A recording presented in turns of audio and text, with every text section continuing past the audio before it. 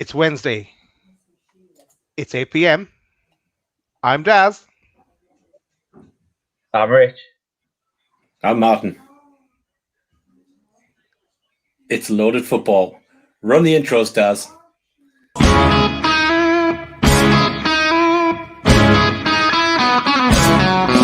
the joker, the expert, the voice, but you're one of the crowd.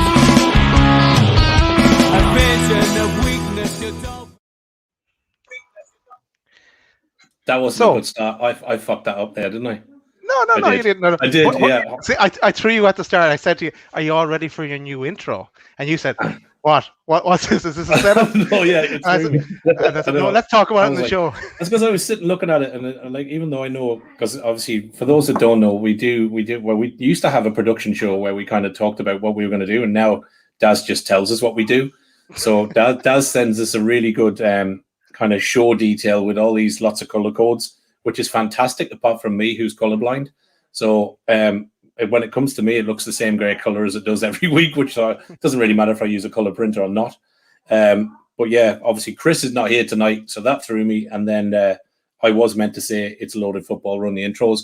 And I paused for quite a long time there, but sorry for that. That was me. You're forgiven, Martin. You're forgiven. It just goes to show it's live. What about the introduction? That's what I was talking about. Well, I kind of feel sad doing it now because, like, every one of you has taken the mickey out by jumping in and doing it at different times. So, I did say last week I was going to try and come up with something different, but I haven't because I've been busy with work. So I put absolutely no effort into this week whatsoever. And I know that Daz and Richy in particular have. Chris has bailed on us again. Chris is not well. He has Ebola that he got from a dodgy Chinese in Liverpool somewhere. No, he hasn't hurt his toe. No, he's full of dramas. So he's unwell. He has a bit of a cold, but it's not COVID because he did get tested and he's clear. So he's now just got to wait for the next few days for Ebola, AIDS, and other things to come through and make sure he is clear for everything. Either that, or where is he? He's out selling Avon. Well, yeah. that was the story I was going to go with. I was going to say, could Julie, I see who's in the chat. Julie, if your doorbell rings, don't answer it. Don't answer probably it. Chris Hall deliver that T-shirt. Yeah, exactly. Do not answer your doorbell. If he is, and you do answer the door, and he is wearing a pencil thin skirt type suit, then please do take a picture and send it in to us because he will never hear the end of it. So yeah, so I need a new bit of a one-liner intro. So yeah, we'll sort something out for next week. There you go. Cool. I think we'll start the show properly. Let's go to loaded headlines. So start the ball off this week, lads. We talk about a few different topics. Some of them link in together, some of them don't. But let's first talk about the Champions League. So we saw yesterday, or I didn't really see much of it myself, but City are through to the final. Congratulations to City. They made it through the final. They've reached their objective. Hopefully for them that they go one step further and win it now. But who will they play? Of course, that game is on tonight. Chelsea and Real Madrid. So did you get to watch the game last night, lads? And what's your thoughts? Who will meet City in the final? I watched the game. I really enjoyed it. The weird thing was, the weather freaked out because when I turned it on, the pitch was white, and I actually thought there was something wrong with me telly.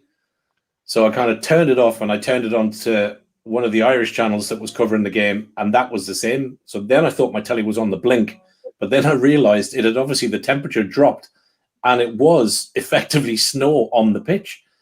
So that was quite a weird beginning. But the game, probably the first 10, 15 minutes wasn't great, but after that, it was all City. There was good action. City were outstanding. Ruben Diaz at the back for Manchester City and Phil Foden moving forward were the two standout players. Ruben Diaz was great, not only defensively, but any set plays that City had.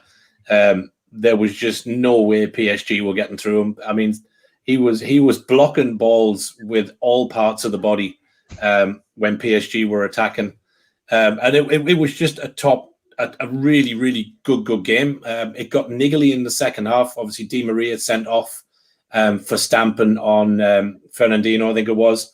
And it got niggly then. Marco Verratti started to get a bit ratty. There was a few yellow cards. Di Maria got a straight red. They were probably lucky, Richie, I think, not to have any more reds because there was some real bad cynical fouls in it. Kimpembe was another one that kind of took players out knee high. But City probably could have added more, to be fair, than the two goals from Mahrez. It was a cracking match, and I think they will take a lot to be stopped, regardless of it being either Chelsea or Madrid. I think the freight train of Man City is running, and I would find it hard to see anybody stopping them at the minute. Me, I think that we discussed this just before the semi-finals was drawn. We actually said that the Man City PSG game was probably the game that deserved to be the actual final, didn't we? So, the two best teams in it. But to be fair, over the two legs, Man City have been phenomenal. They were outstanding, especially last night. I saw the highlights, and as you said, Martin, Ruben Diaz just seemed to have, he seemed to be everywhere. He was blocking every single ball going in.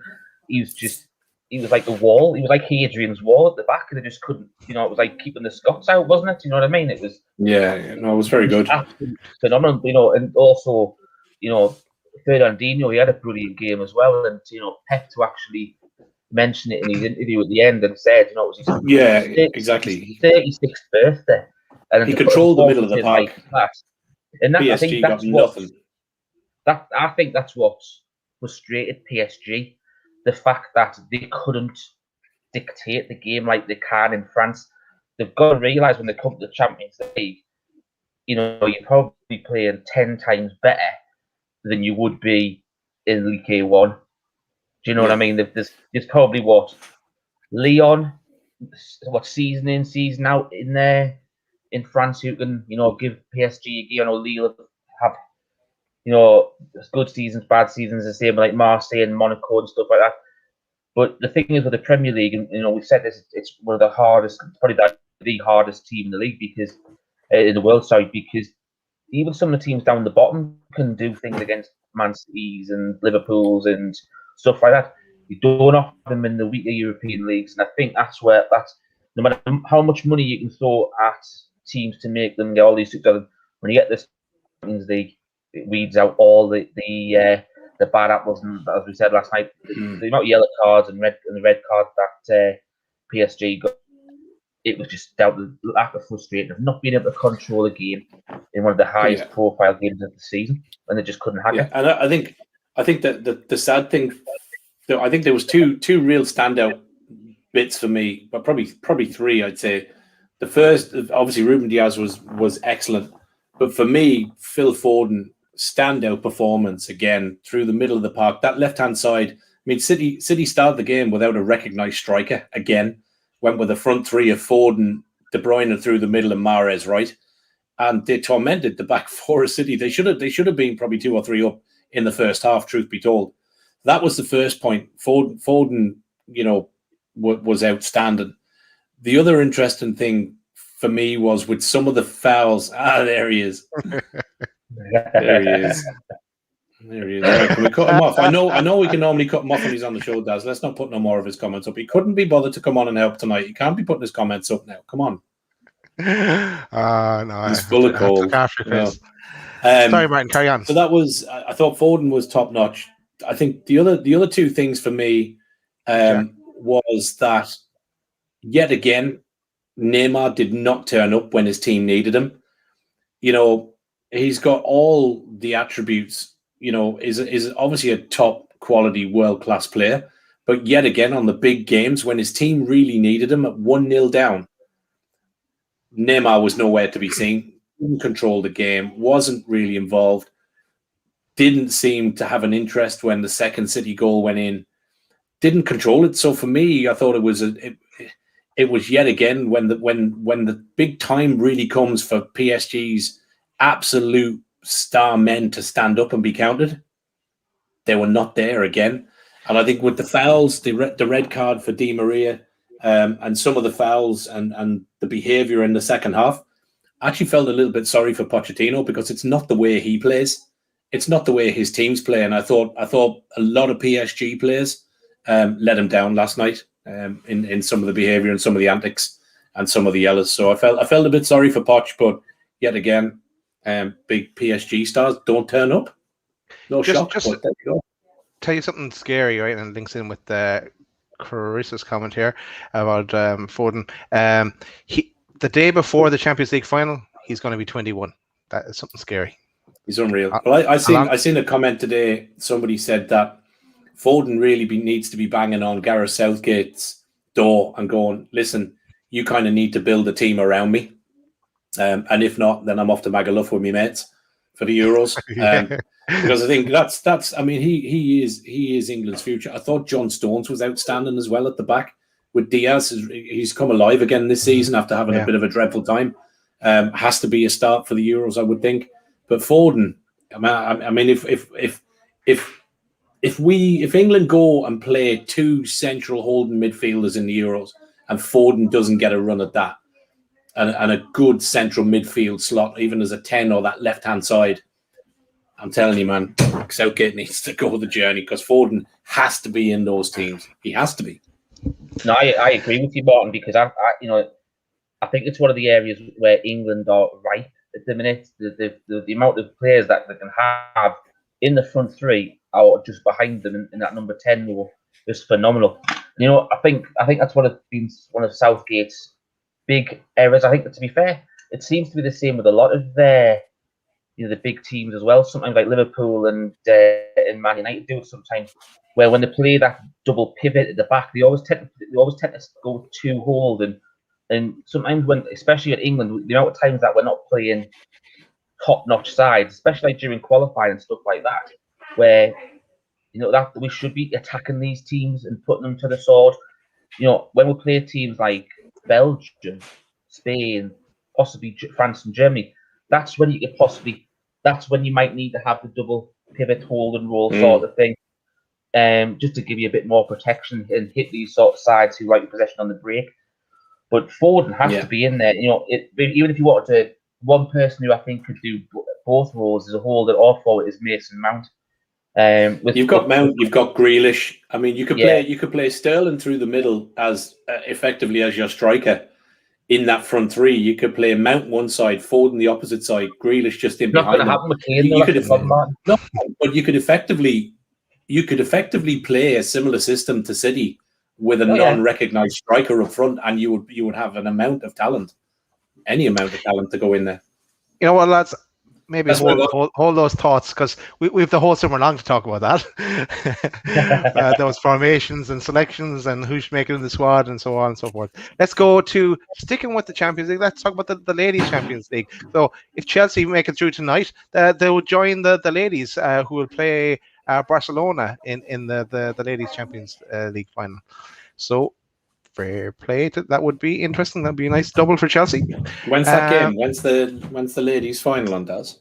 It did when I took this picture today. I can't remember the date. It was something. I know the men's. The men's could be the 19th or something like that. It's the 16th of May, lads. It's the 16th. Okay. 16th, and the men's is on the 29th from the Ataturk Stadium. It's a Saturday. Yeah. That's right. And they are going to allow. I was listening to the news just coming home on TalkSport, and they are going to allow up to 10,000 fans into the Ataturk Stadium for the Champions League, despite Turkey being on a lockdown and a travel lockdown. They are going to allow 5,000 fans from each side to go to the Champions League final, which is apparently causing a little bit of unrest in Turkey. So it'll be interesting to see how that plays out. I think with Chelsea getting there, it's the first time that I believe they've actually reached the Women's Champions League final. And to be fair, it was a pretty good effort. Bear in mind they were losing 2-1 from the first leg in Bayern, but then to come over here and demolish Bayern 4-1 to go through 5-3, I think that's a hell of a performance because Bayern are one of the favourites. They've got great attacking options up front. Chelsea, they have. I'd be interested to see how they go against Barcelona. I know Barcelona are the tournament favourites. And the word I think Chelsea will give them a game, Rich. I really do. No, I think it will. I think it'll be a really, really good game. It'll be a tight game. There'll only be a goal or so in it. It won't be a rout either way. I think I heard on the 2-1 either way. I think I heard on Sky News as well that the Chelsea ladies are going for the quadruple. I think so, yeah. But amazing. Okay, let's move on. I want to talk now about the Europa League. And so from last week, Arsenal are 2-1 down, but they got that away goal. So that'll be interesting going into the second leg for Arsenal. And of course, Man United, they're 6-2 up. So it's in the bag for them. But do you want to talk about the Europa League, lads? Do you want to talk about it? What the frustrating thing is for me about this Europa League is if results go for Chelsea, and I hope Chelsea do get through tonight against Real Madrid, and there's a good chance there's going to be an all-English Champions League final and all-English Europa League final. And the one thing I don't like about it, it just shows the big six are saying, look, we're the big six. 4 of us have got to the European finals and we've dominated everyone else. And I know that's probably the one thing that is going to grind me if they get there. That it's where they stick to the 2 fingers sort of thing. Look, we run Europe as well, sort of thing. But what I will find hilarious is if Man United go out and win the Europa League, and then City go and win the Champions League as well, just so that they still say they're the top dogs in Manchester. Yeah, it'll be interesting. But I mean, look. If they get to the finals, which is highly likely, I would imagine Arsenal will beat Sevilla tomorrow. As Keith says there, I can't see Roma beating Man U kind of 4-0. But if it does, Man U will score. Man U are not going to capitulate to that point. Yeah, exactly. But it'll be interesting to see how they get on in Europe next season if the Premier League or UEFA or FIFA or anybody take any action on the Big Six. And they have points deductions or transfer bans. Let's see how well they get on Europe next season. So I'm not overly worried about this season. I'm still interested to see what action is taken. I know that obviously the Premier League have published this new charter with regards to trying to stop a breakaway, which is interesting considering the people putting that together are 2 of the most crooked hoods in the Premier League, allegedly, in Hoffman and Masters, who should really be investigated. But anyway, let's see what comes from that. Okay. We'll stick with some of the teams in the Europa League, and I want to go to Roma. And Jose is going to turn up with Roma next season. Some people are happy about it. Others aren't so much, like Smalling and Mkhitaryan. But what do you make of this, lads? Jose back in Serie A. Of course, he was there with Inter before and did well. So to me, he just seems to kind of be dropping lower and lower as the clubs he goes to. He's Watch him win something. The championship. Sorry. Watch him win the league with Roma. Yeah. Think so? Yeah. Do you know what it is? He's had a bit of a shit spell. Roma are obviously going to spend money because you're not going to bring Jose in and not let him build. So they're obviously going to spend. They probably haven't spent as much as the likes of your Inter Milans and so on that have had issues with money. Obviously, we know Inter Milan are trying to sell part of the club to the Sun Corporation or whatever it was. They were trying to influence PIF to take a stake in with the Sun Corp. So it'll be interesting. I think listen, Jose's a quality manager. You'd love him at Newcastle. I'd take him every day. But obviously, Rafa is still sat there in the sidelines, hasn't taken nothing on, which makes you slightly hopeful. But yeah, I think it's a cracking appointment for Roma. I mean, which club would not want to take Mourinho? Yeah, no, I think Italian football will suit him as well, the way he plays. But let's see how he gets on. Of course, they could turn it around yet. Sorry, Richie. I was going to say the one thing that you mentioned, Daz, is that he seems to be getting lower and lower. The problem is he's been manager of the top teams in each of the divisions he's been in before, so he's only going to be able to go down really out of those leagues. Exactly, yeah. True. You know what I mean? He's won everything there is to win. He's been at Chelsea and Man United and obviously Spurs in the Premier League, Inter Milan and he's probably what Juventus he would class possibly above Inter really. He's been at Real Madrid, Do you know what I mean? He's not going to probably go to Barcelona, but you know what? He might do because obviously he had that affinity with him when Bobby was there. But I think what the appointment of him going to Roma does, I think it's anyone who was the romantic Newcastle fan who was possibly holding on that, he might take up the roles at the reins at St James's. I think it's pretty much nailed it that if this takeover goes through, I think we all know who's going to be coming back to replace Steve Bruce. Rafa. We're all going to look like mugs when that doesn't happen. Anyway, I just laugh my way to myself here because Chris A is on a mission, not Chris Hall. Chris A. Okay. He really wants a T-shirt. He really wants a T-shirt. Well, I'm actually pleased that he's watching because. I don't know. Does he normally tune in and watch us on a Wednesday night? Well, thanks for coming along and watching, Chris. Yeah, Chris, your friendly neighborhood Greek. Okay, I want to go to the next item. So, next item. Then I want to bring it on to sticking with the teams in Europa League. Let's talk a bit about Man United and what happened at Old Trafford. And we did talk about this in the Loaded Mag review show because it happened on that day. But the fallout from that are since then. I know now the game has been the game was abandoned, or postponed, I should say, and it's going to be rescheduled for the 13th of May at 8:15 now. And yes, still no repercussions for Manchester United here, and this one. Any thoughts on this, lads? Probably the same as the other night, Daz. Look, I think there's two sides to it. Fair play to Arsenal fans, Chelsea fans, Man United fans, for organising some format of a protest. What I don't condone is some of the violence. Obviously, a police officer injured, one lad pictured climbing onto the Sky Gantry, throwing a camera off it, stuff like that. Right? I don't condone that. Don't condone any kind of violence. Absolutely right to peaceful protest. I get they've got bad ownership. The issue I have, which I know we will talk about, is that for 14 years we've listened as Newcastle fans to pundits, to Sky, to other TalkSport, all these other crowds, Sky Sports, Sky News, all these other crowds that are complicit in this have said absolutely nothing while we've been screaming for years about the deterioration of Newcastle as a club under the ownership and stewardship of Mike Ashley. Nothing said.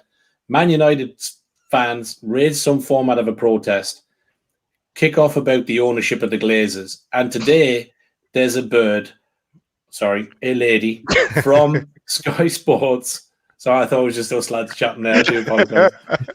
Sorry, Julie. You're not at home now, Martin. There's a woman from Sky Sports who is chasing Avram Grant down a road in Florida, asking him to apologize to Man United fans for their ownership and will they sell the club.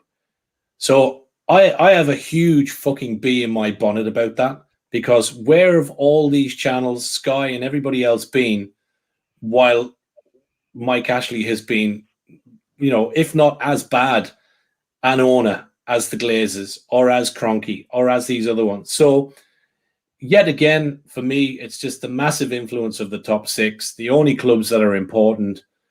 No support from Sky Sports or all these other channels.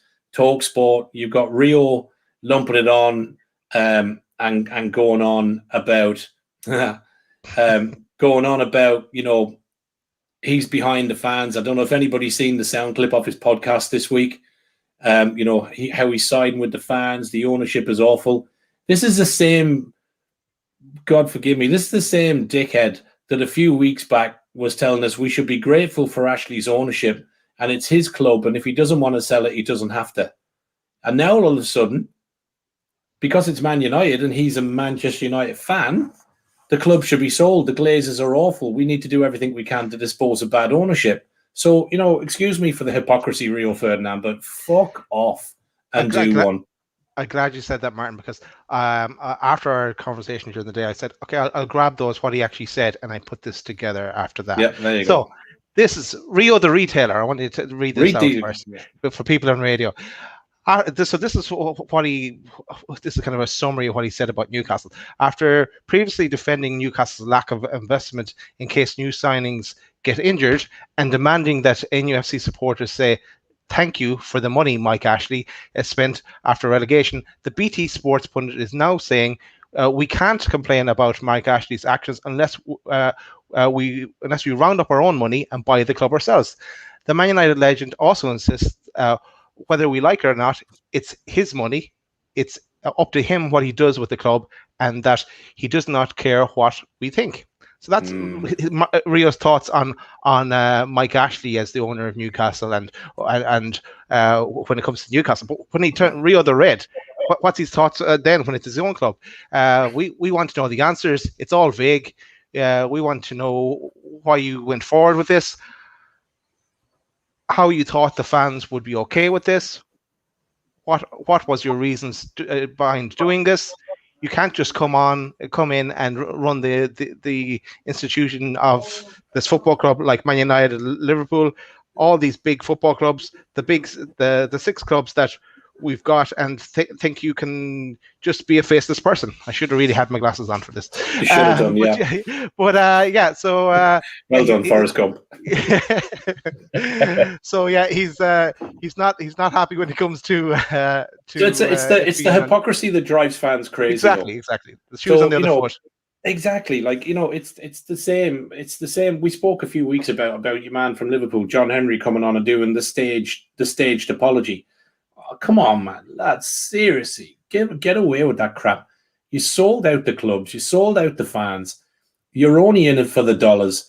And the hypocrisy, I'm sorry, from people like Rio Ferdinand, Chris Sutton, Robbie Savage, TalkSport, Richard Keys, all these other people. I'm sorry, but it's absolute bollocks.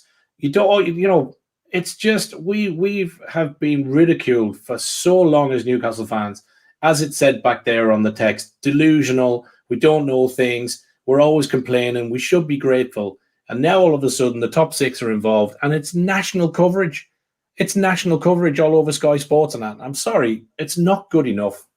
Absolutely not good enough. And Rio Ferdinand, I'm sorry, pal, but you have done yourself no favours, mate. And I would suggest you don't pop up to the Northeast in the near future, because there'll be a lot of sad people waiting to have a chat with you. But yeah, it's sad. It's what do you say? I mean, it's not here. Martin, you actually stole pretty much everything I was going to say in regards to and Daz regard Rio Ferdinand. I think that pretty much sums up the whole argument. Full stop. However, we do have a goal in the Champions League semi-final. And Chelsea have taken the lead with a goal through Timo Werner. Wow, about time he scored. Very nice. Yep. So, and of course they have the away goal from the first leg as well. So Madrid need to score 2 now, is it? They need to score 2. Yep, away goals count up. Yep. Let me see. So rant over. But yeah, rant over. Sorry, done yourself no favors, pal. Okay, let us move on. Third topic, and forget about all your Champions League, Europa League. This is where it's all about this weekend. It's the relegation battle in the Championship. So, up at the top, you'll see the table. You have Wickham on 40 points, Sheffield Wednesday on 40 points, Rotherham on 41 points, and Derby County on 43 points.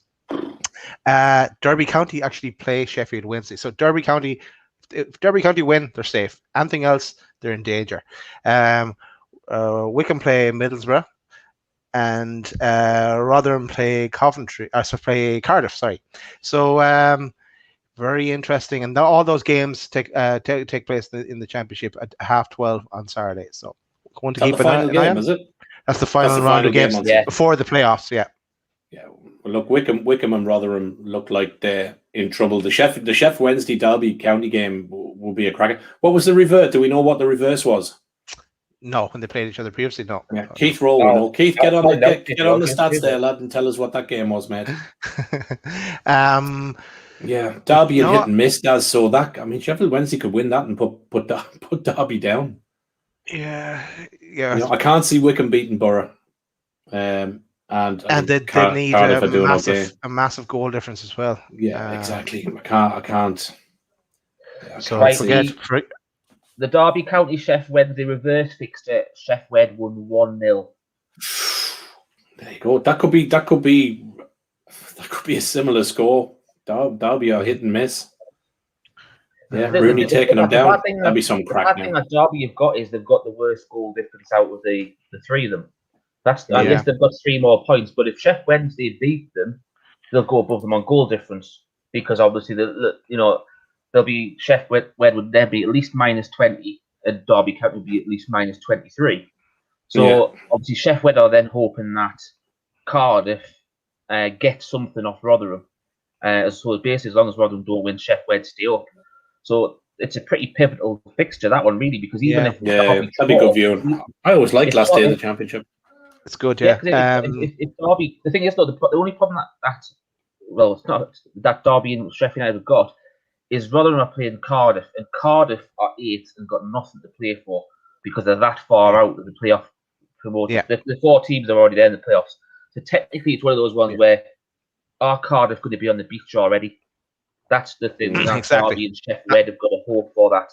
They actually put a team out there that is going to do fair by them too as well, rather than just putting out a weakened team or not caring and giving it all to Rotherham on a plate. Very good. So I suppose, if you're listening on Waydays Radio on Saturday morning, Saturday from 1 to 3, just check your phone as well, just to check how those games are going on, because it could be very interesting going on in the background. Okay, we'll move on, lads. I think we shall go. Daz, just before we move on, can I just very quickly, can I just say a huge congratulations to Hebburn Town, who won the FA Vase for the first time in their 106-year history at the weekend. Cracking game, 1-3-2. It was. I watched the game, and it was just, compared to some of the dross we've been served up this season, watching the 2 teams, both Concert and Hebburn Town, it was an absolutely cracking game. Both teams giving their all. 3-2 win to Hebburn. So great to see Hebburn Town to win that and pick up the vase and duly celebrate when they got home back in Hebburn. So big congratulations to Hebburn and Hebburn fans. Hope you enjoyed it, and a great win to Hebburn Town. So well done. Yeah, congratulations. It was also a fantastic example of why the Northern League is probably the best Step 5 league. Great advert for football. I don't know. Obviously, how many people know about the Northern League, but it's one of the oldest leagues in England, and the level of players that you get in the league is actually fantastic. I've watched my local team, Chesterfield Town, quite a bit since I moved to Chesterfield. But I also used to follow Whitley Bay when I used to live in Whitley Bay, and it's good. It's good to see teams that are the heart of the communities. Everyone turns down and says that. A lot. I think with Mike Ashley's ownership at Newcastle, a lot of people have tended to go to watch a lot of these teams now because they feel more part of the team and the community and what's going on. And it's one of the reasons why this league is one of the best leagues, non-league leagues in the UK. And the fact that I think over the last 10 years, I think there's probably one final out of the last 10 years where we haven't been represented at some part by a Northern League club in the Vase final. So that goes to show how strong a league it is as well. And to have an all Northern League final, which is a testament to the league as well, especially a COVID league as well.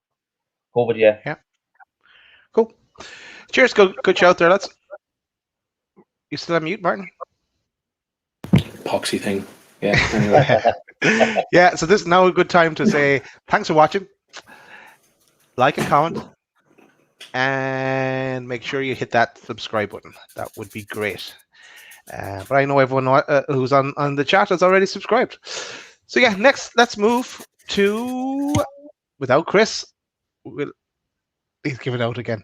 Let's go to Loaded Leaderboard. So let's take a look.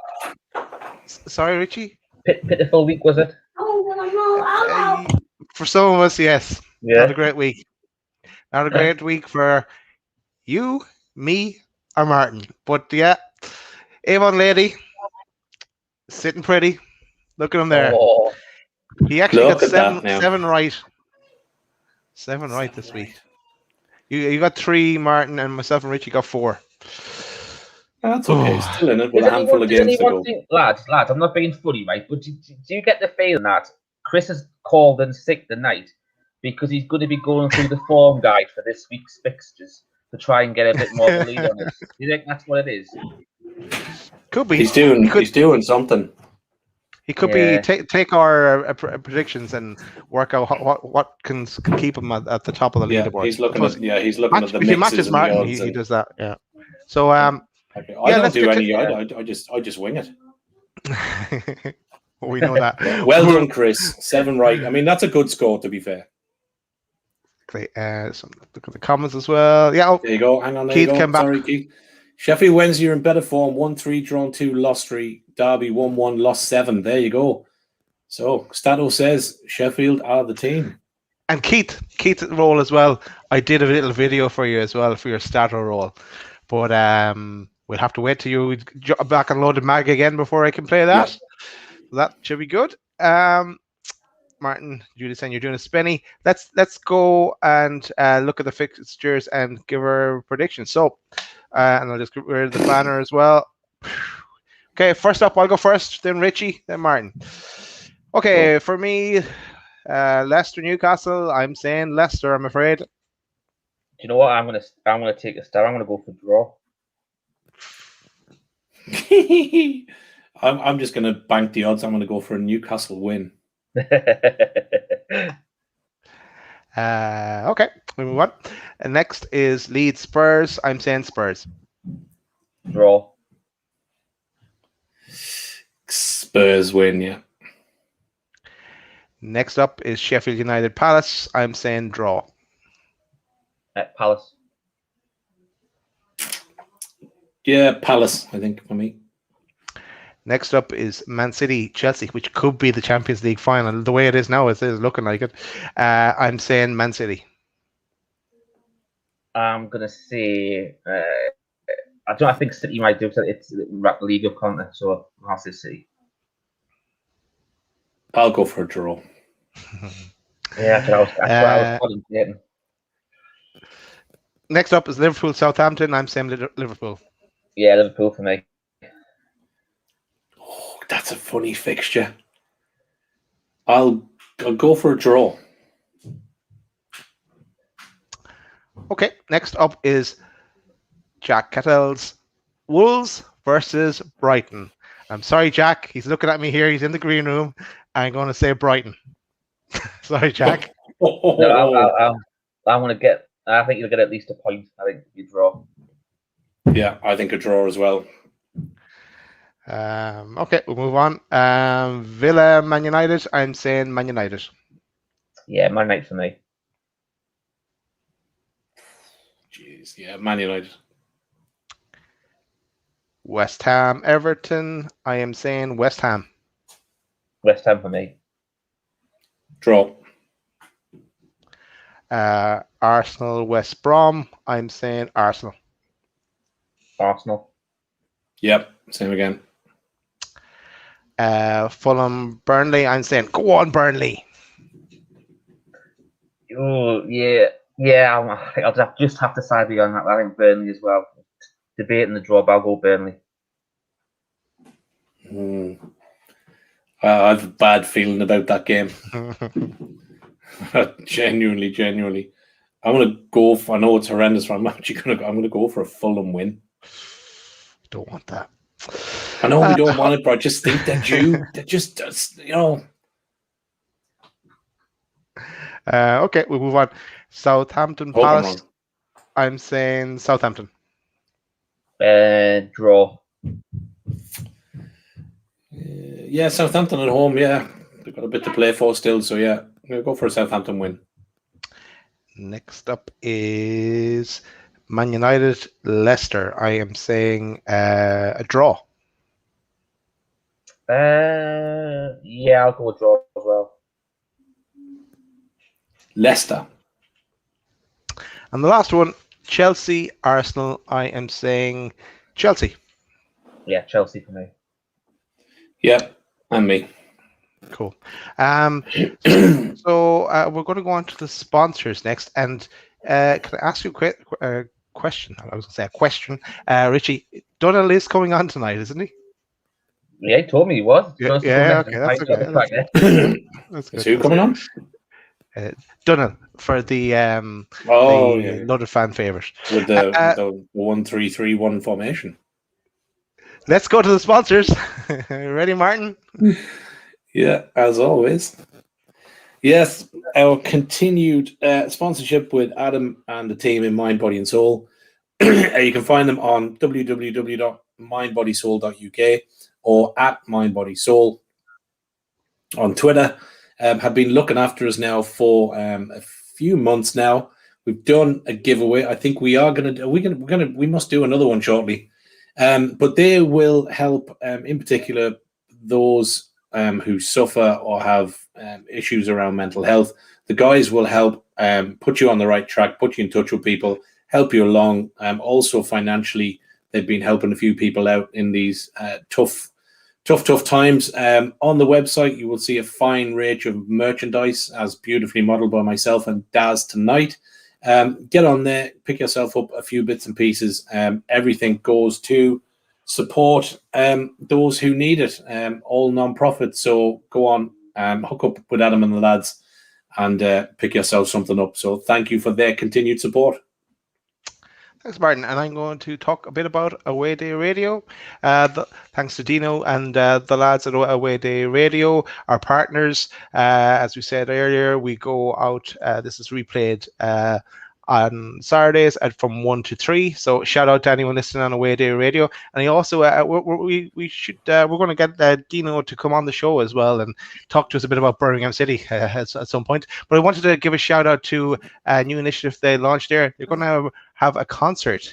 So here's the details of the concert that they have coming up on the 29th of August in the HMV Empire in Coventry. They have a nice little concert. The Institutes are playing, who were on the show. Great bunch of lads. Great band. Great band, and they were great Coventry lads, weren't they? Yeah, we great crack with them. And they also at this concert is the Drift. They're coming on shortly. The Drift are coming on. That's right. Yeah. I think they're coming on in 2 weeks' time. Athens. The Astras, Jay Tennant, who we had on last week as well, for a while anyway. For a few minutes, yeah. And Miles Cheshire as well. And then there's going to be some indie DJs as well. So it's bands start at 5 to 11, and then it goes to 1 o'clock in the morning. A nice gig there. So we'll also confirm that Athens will be appearing on the show the Wednesday before this gig to give a bit more insight into it as well. Nice one. So good. It's not all Greek to us. No, it's not. I'm sorry. Yeah. So that's the way they radio.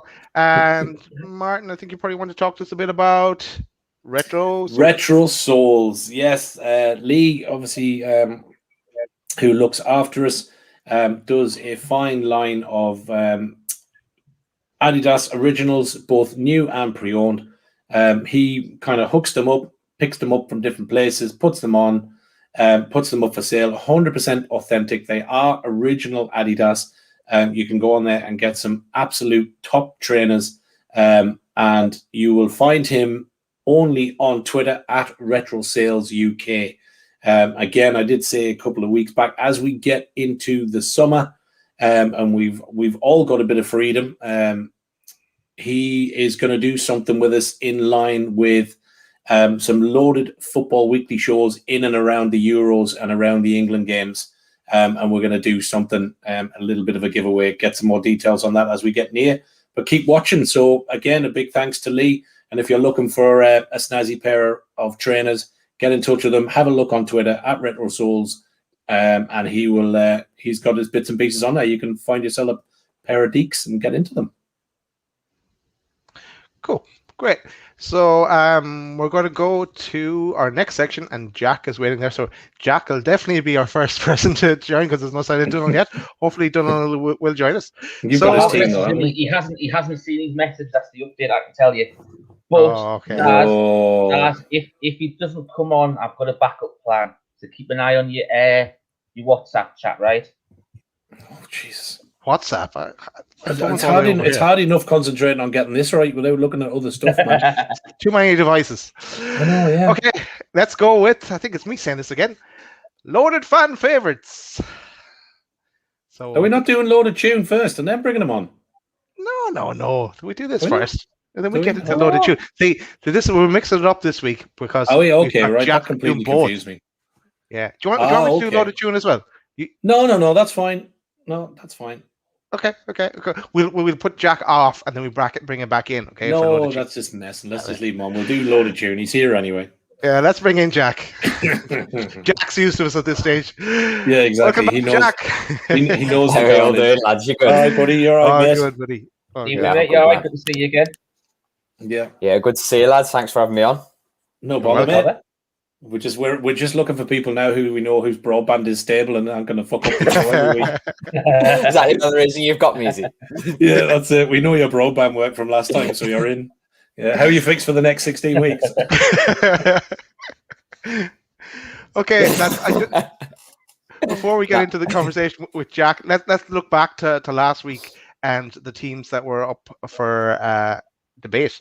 So we had Chase Campbell's all-time Premier League XL, and we had Paul Oxley's, and we put it to the Twitter vote, and Paul Oxley got nearly 62% of the vote, and Jace got 38.1. So Paul goes through to the next round.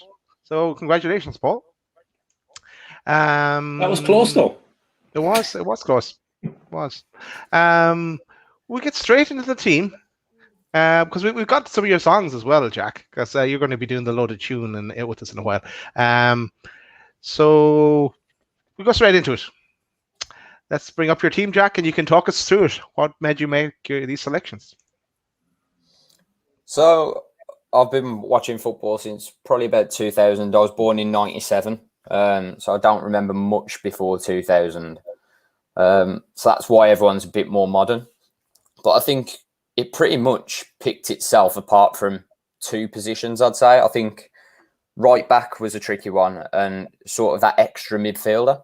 But I think the rest picked itself. I mean, Cech in goal is probably the best keeper I've witnessed in a Prem. I think for Chelsea, before his head injury as well, he was another level. He was just a cut above when he came in. And he was good post-head injury as well with the helmet. But I think it was him or Van der Sar for me, but I think Cech he was slightly better. And then that back three, if you ignore the right back, picks itself. You know, Ferdinand and Terry, probably the two best centre halves we've seen in the Premier League.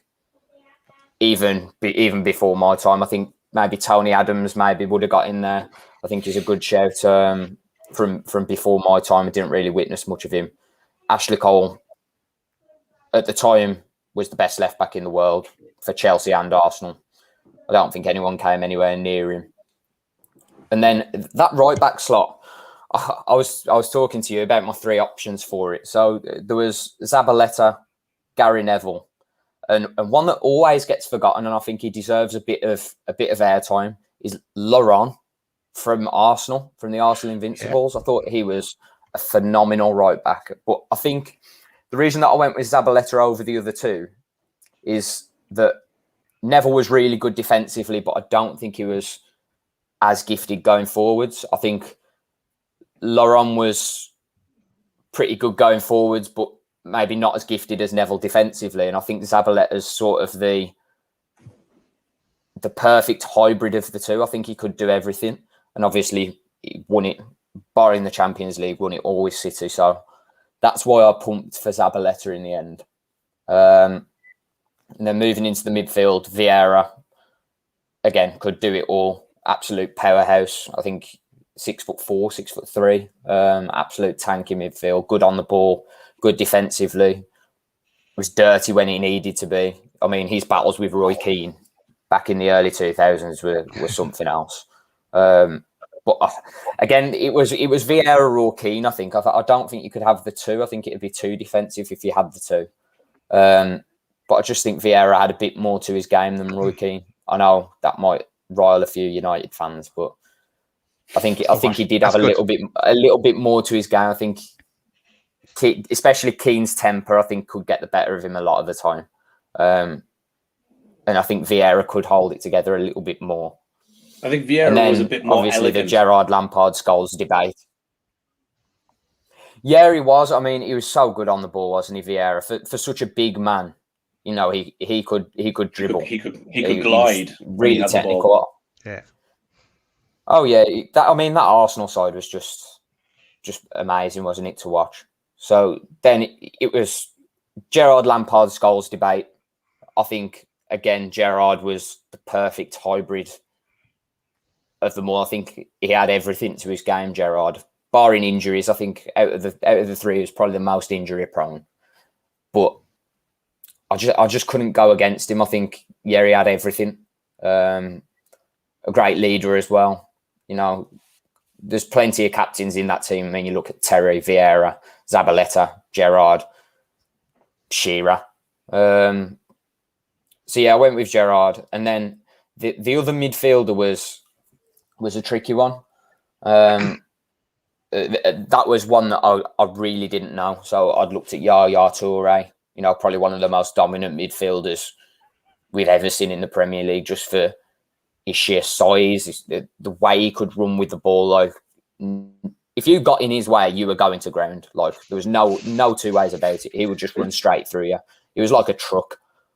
So I thought Yaya Toure, David Silva, Bergkamp, even JJ Okocha, another player that I don't think gets mentioned anywhere near enough. I mean, for Bolton back in the day, he was just a joy to watch.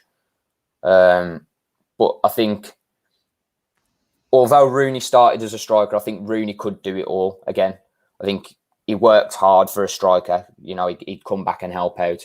Had a brilliant pass on him, brilliant shot. Had the temper as well, where, you know, if you caught him on a bad day, you know, he would just run straight through you. And the goal again, I think it was against Newcastle, wasn't it? The one that I seem to remember is the one where he was having a go at the ref because he hadn't got a decision. I'm sure it was against you lads. It was like a volley from about 25, 30 yards out. Yeah, where full of anger. He was just that angry that he just pile drive the ball, and it was one of the best goals that I've seen.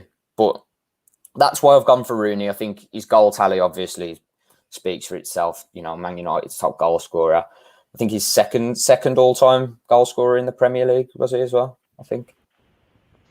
Yeah. So I think that's why he got the nod there. But I used to love watching Bergkamp. I thought he was a genius, and I think that would have been my other option there. As much as I love Lampard, I think he was a bit more deeper lying. Yeah. I think Bergkamp was very close, just for personal bias, but I think Rooney was better. And then the front three, again, I don't really need to talk too much about the front three. It picks itself, doesn't it? Shearer, top goal scorer in Premier League history, and he was just absolutely phenomenal. I mean, I was lucky enough to see him play a few times, and he was just so hard to handle. You know, he didn't have pace about him, but he was just so intelligent. You know, the runs he'd make, he was so good in the air. He was just, as a striker, I don't think you can get more all-round than Shearer was, you know, at the time. I think Drogba, again, come close. You know, you look at maybe Hernan Crespo if he'd have been here longer, Suarez if he'd have been here longer. But Shearer was proven for however many years, you know, just so clinical in front of goal.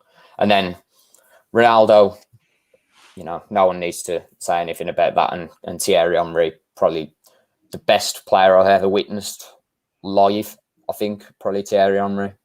I watched him the season that Arsenal went unbeaten, and just different class. He just tore us apart the whole game. Cool.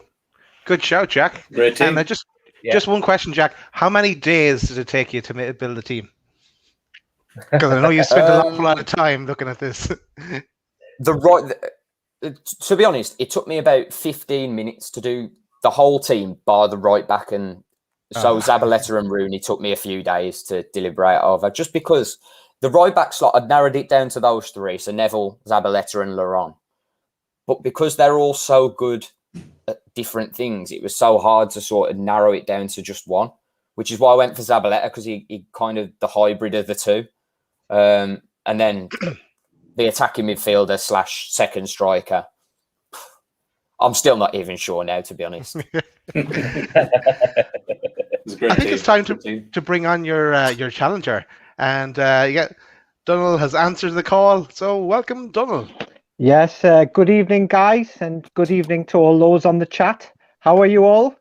All good, Donald. Mate, all good. Good, mate. All good. Jack, great team, pal. That is, I have to say that. Yeah, there's some quality in that side. Has it got you worried, Donald? Well, if I get beat, I got. Come say, come sell. That's life. That's life. Don't take it hard. It's the taking part that counts, yeah, and Exactly. also That's exactly it, mate. That's exactly it. It's the fun. It's you gotta have you should always try and have a bit of fun as well. Shouldn't life is serious enough as it is at the moment. Exactly. It sounds to me like you're admitting defeat here. Oh, fighting talk. We haven't seen his team yet. Right. Pull it out of the bag now. Let's get the team up, Daz. Yeah. Okay. Donald, Okay. Yeah. walk us through this. Okay. Right. We'll go from the back to the front. Right. I've deliberated over what formation to play. I thought, don't go 4-4-2. Be a bit adventurous. So I thought I'll go for a 4-3-1-2. Right. Starting from the back. Goalkeeper, I was in two minds. Do I go Schmeichel or do I go who Jack picked, Petr Cech, who's just as good? So I went for Schmeichel because I thought, for me, undisputed king of Premier League goalkeepers in Premier League history. And also obviously we all know about his abilities, his shot stopping, etc. But also, if the defense cocked up, Peter Schmeichel would let them know about it. He was a gaffer at the back. So that's why I thought, well, it's got to be Schmeichel. I mean, the game in '96 where he was man of the match, I mean, that was the first time I witnessed a goalie to be man of the match. And he was just like unstoppable. We threw everything at him that day, I remember, including the kitchen sink, but just wasn't to be. He was basically a man on form. And also, add to that, he's also a European champion with Denmark in '92. A lot of you will remember that. Okay, right, now going into my back four. Right, starting from the left. Okay, I sort of forgiven him for what he did to Cheryl, but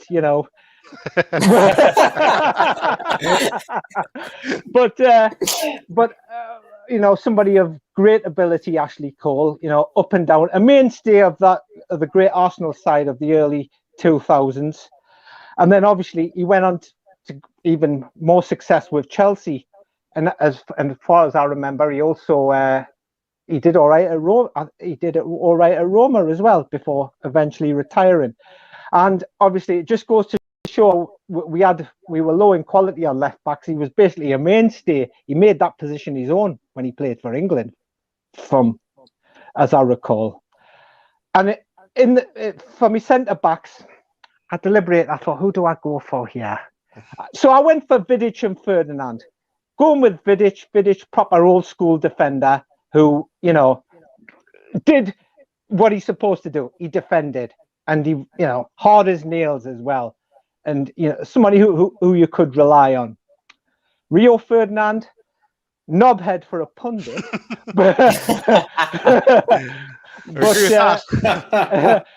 but great at bringing the ball out, old school sort of sweeper style. And that ability you could see when he played for, if anybody remembers highlights of West Ham when they played and when Rio Ferdinand played for West Ham, you could see the ability there in bringing the ball out. Defensively, obviously, could be a bit suspect at times, but I picked that partnership because obviously they won Premier Leagues, they won a Champions League, so it was a successful partnership. On the right back, I went for Gary Neville. He, Mr. Dependable, I thought, when he was at Man United, and also a leader in the fact that he'll get people, riled up, and tell rioting. ran rioting as well, yeah. And so that's why, and obviously had all the attributes of a right back, could go forward, and obviously defensively sound as well. In the middle of the park, I thought, now then, I had to go, first one I had to go for the defensively minded midfield, Roy Keane.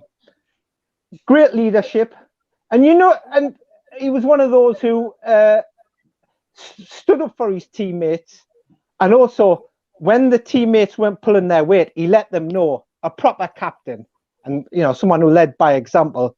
But on the minus side, he was a bit when the red mist descended, then he was a liability. I have to admit that. But other than that, probably one of the best. His medals tally speaks for itself. Alongside him, I thought, do I go Gerrard? Do I go Lampard? So I decided to go for Gerrard because he was basically the leader in many ways in that Liverpool side, and had everything. Great shot, could pass, hit a free kick, corner, and also. What else was I going to say? He's probably one of if not the greatest player never to win the Premier League. He's won everything else, but he didn't win a Premier League. That's the only blot on his record, you could say. But other than that, you can see he's won the Champions League, that great final in 2005. Who can forget the 2006 FA Cup? The two absolute. Oh, what a goal that was against West Ham. Yeah. I think there was two like that, wasn't there? Both quite similar. And he literally took that game by the scruff of the neck. And he was that sort of player, took a game by the scruff of the neck and won it on his own. On the right, I went for Cristiano Ronaldo. I mean, from what I remember, when he first signed for United, he was a bit of a step over merchant, and he sort of dived more than Tom Daly, didn't he? He tended to like diving a bit. But one thing you've got to admire him for, he worked hard, and Ferguson signed what I would call a rough diamond, but when Man United sold him, they basically sold a polished gem, because he became the complete player, and as obviously his record at Real Madrid, etc., speaks for itself. And to sort of transform himself from a winger into a number 9, that just goes to show how the quality of the guy and the football intelligence. Now going up front, Dennis Bergkamp of the B.A. Baracus fan club, because he wouldn't get on the plane, obviously, when he flew in. When he played for Arsenal. I mean, maybe Arsene Wenger should have watched a few episodes of the A-Team to see if he could maybe drug him to get him on board, but obviously he can't do that because what it needs milk. Yeah, but obviously couldn't do that. But absolute quality, one of the sort of the most elegant players to play in the Premier League, as well as in the world. I mean, who can forget his goal against Newcastle in, I think, was it 2002, when he turned Dabby's ass inside out. And the other one obviously being the World Cup in 1998 against Argentina. Absolute class goal.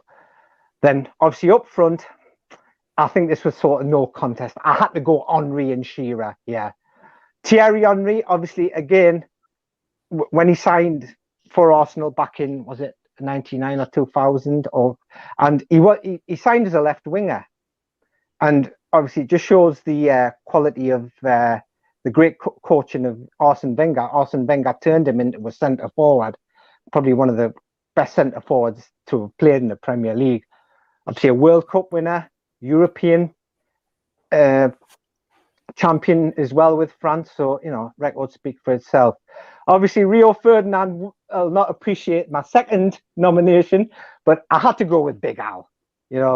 Premier League winner with Blackburn Rovers, Newcastle United's record goal scorer, England captain as well in the sort of late 90s, and also not bad in helping out in defence as well.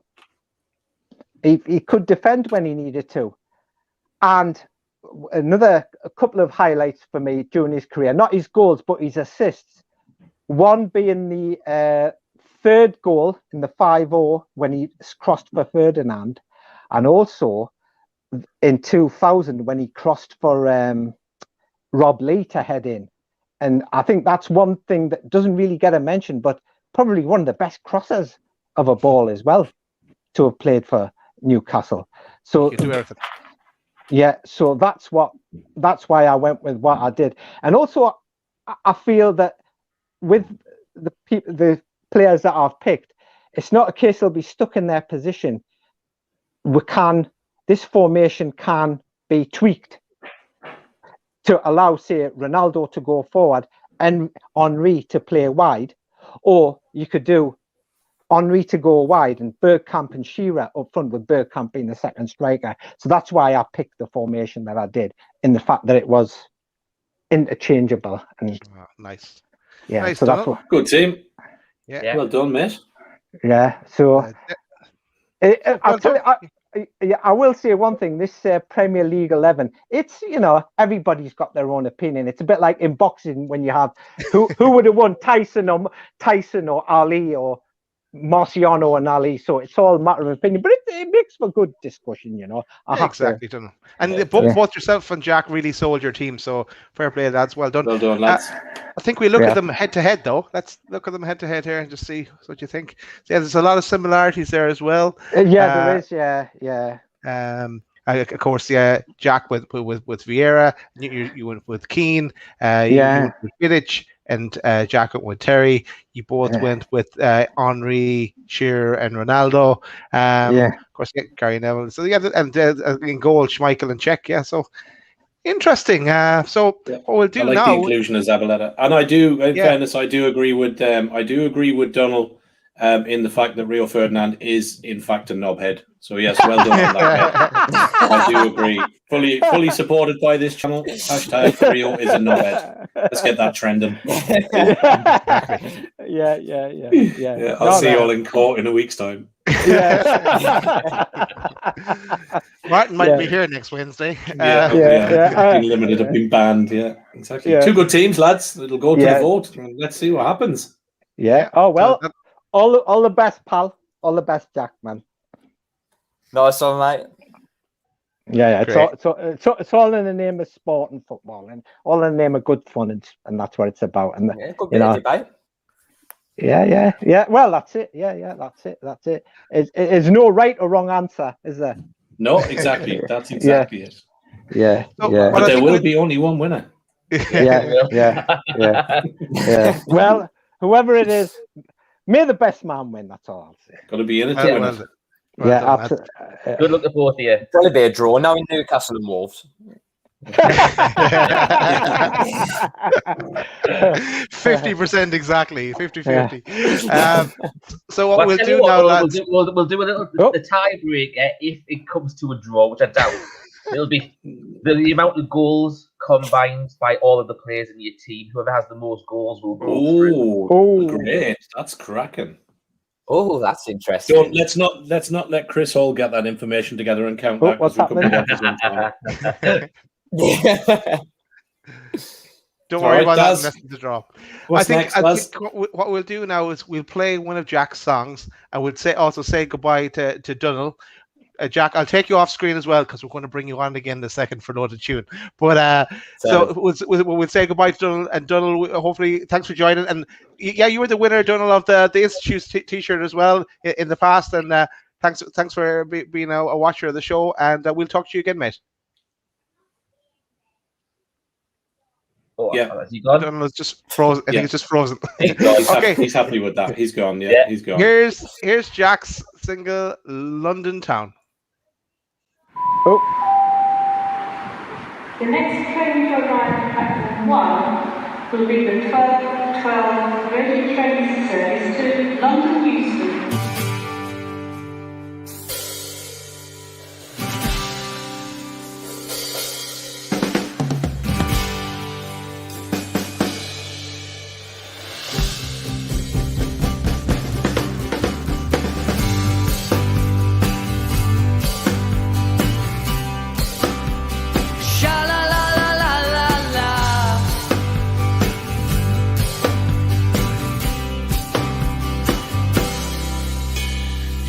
in town,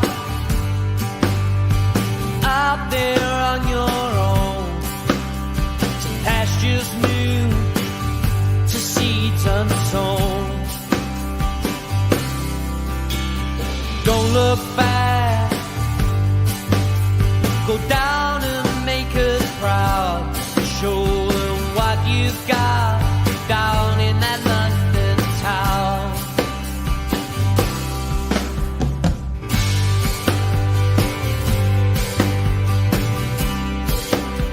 Sha la la la la la la.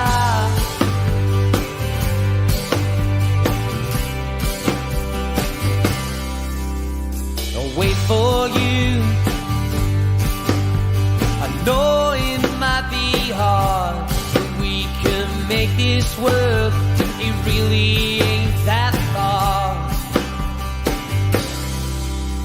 'Cause I'd rather be nowhere with you than anywhere with anybody else. A minute spent without you feels like a life sentence locked inside a cell. Because it's you, I've known it from the start, it's always been you. You are the better half of me. I know it might sound crazy, but when you're not around, I feel a part of me is missing. Don't know why or how, but I know it's you.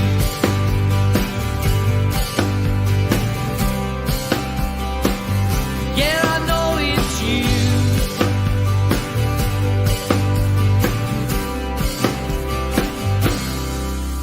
Put you on the train, blew a kiss goodbye. I wiped the tears away. I promised you I wouldn't cry. And as I drove back home, something didn't feel right. It felt so strange without you right there by my side. I'd rather be nowhere with you than anywhere with anybody else. They could fall from heaven, but without you I'd be locked down in hell. Because it's you, I've known it from the start, it's always been you. You are the better half of me. I know this might sound crazy, but when you're not around, I feel a part of me is missing. Don't know why or how, but I know it's you.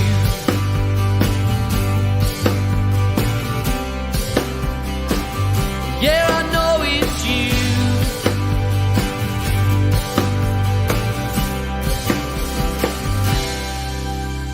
You're leaving town, you'll be back again. And I will wait for you, 'cause nothing's gonna change.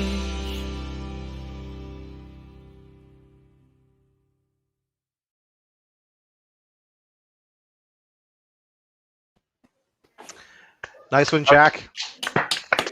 I know Jack's not on the screen at the He's moment, but gone, nice yeah. one, Jack. Why am I clapping? So now let's go to the other section. And are you ready, Martin? Yeah, have we enough time? Have we? Well, we've got a good hour, 45 minutes. Loaded tune. And let's get Jack back out again. Jack in the Welcome back, box. Jack. Well, we all had to. It's like deja vu, Groundhog Day. Well, welcome back, buddy.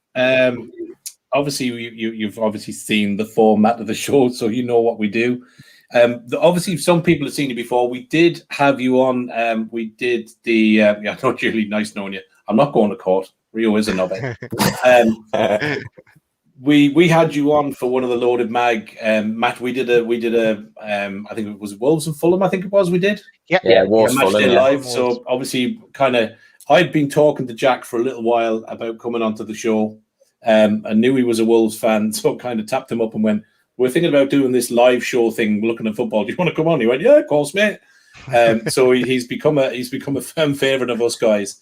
But I reached out to you fairly early on when we kind of made a decision to do the kind of add the music into the shows. And people, I kind of put a thing up on Twitter, shouting out for bands and people and that to get in touch. You dropped me a line.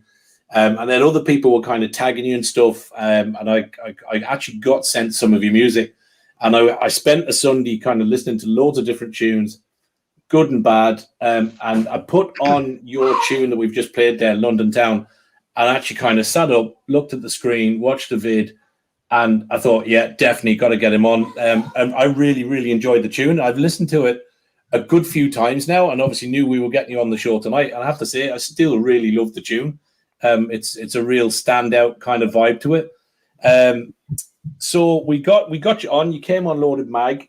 Then you said the other week, yeah, can I have a go at the Loaded 11 kind of team thing? So we said, yeah, we'll get you on for that. So now I think Chris, that's why Chris is not here tonight. I think he's actually at home thinking up segments of Loaded Football Weekly and other shows that we can just have Jack exclusives on. So obviously when gigging, when you guys do get back out fully gigging and that, we'll have to sort our schedules out. But I suppose we kind of most of the chat that we do with all the bands and that come on, we ask the same kind of question. So how did you get into the music? Was it from a young age? Kind of coming out of school, how did you get the band and that together? What was the vibes around the music and stuff? So how did you get together and kind of how long you been rocking at it, Jack? So I was quite late, to be honest. I mean, my dad's always played guitar, so we've always had guitars lying around the house and stuff when I was growing up. But it was one of them. He really wanted me to play guitar. I think he wanted to teach me how to play and teach me the ways, but I was just so adamant against playing. I used to sing in the car and stuff, but never to sort of this extent. But yes, I started playing bass initially. I was in a few bands, in and out of a few bands at school and that. And then when they didn't quite come off, I'd started writing a few songs of my own. So then I started learning how to play guitar, and it all kind of spiraled from there. I was about 15 when I started playing guitar and writing songs, and then played out on my own for about 5 years. And the songs I was writing were getting a bit more progressive and a bit heavier, and needed that band to sort of take me to the next sort of level. Yeah. So it was the Good Old Mr. Daniels music video. So Good Old Mr. Daniels was recorded all by myself with the help of my producer, Sam Stringer. And we were doing a music video shoot for it. And I wanted a double bass player for it because it's that sort of Johnny Cash sort of feel, sort of old school rock and roll folk vibe to it. And the only double bass player that's renowned in this area in the Midlands is Ali, who is now my bass player. She came down to do the shoot, and I was just like, well, if you want to be a musician, I'm looking for musicians to join a band. And she was straight in there. So we got her in, then got Josh in. That was through Instagram. So I just put some posts out saying we were looking for a drummer. Josh was one of the first to reply. And then we were doing a few gigs as a 3-piece. And then COVID hit, put a stop to all that.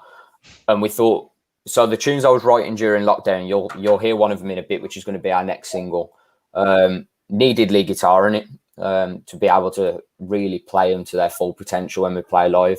So again, we put out a little story on Instagram, put a few tweets out saying we're looking for a guitarist, and Anton was the first person we auditioned, and he just fit the mold perfectly. And I think we've got a good thing going now. We're just waiting for obviously the restrictions to lift. We've got a gig booked for June the 5th, and we're hoping that will be the last sort of socially distanced gig that we have to do. Yeah. And then we can get back out on the road again and really start taking the nation, I hope. Because the tunes that we've got recorded, we've got 4 singles set for this year, and they're just a cut above from what we've got out there at the moment. So we are really excited. Okay, good stuff. What do you, obviously, everybody that we've had on has kind of, talked over the same thing around, obviously, when COVID hit, in one way, it's been really tough and hard because you haven't been able to get out and do what you do best, which is play live, play to an audience. have that face to face and that reaction when you play your music. Now, obviously, you know, it's great to come on and do it on the show like this, you know, and we've been blessed that, you know, we've had really good reactions to the bands and that we've brought on, you know, and you know, we've continued to promote and stuff, which we've done with yourself.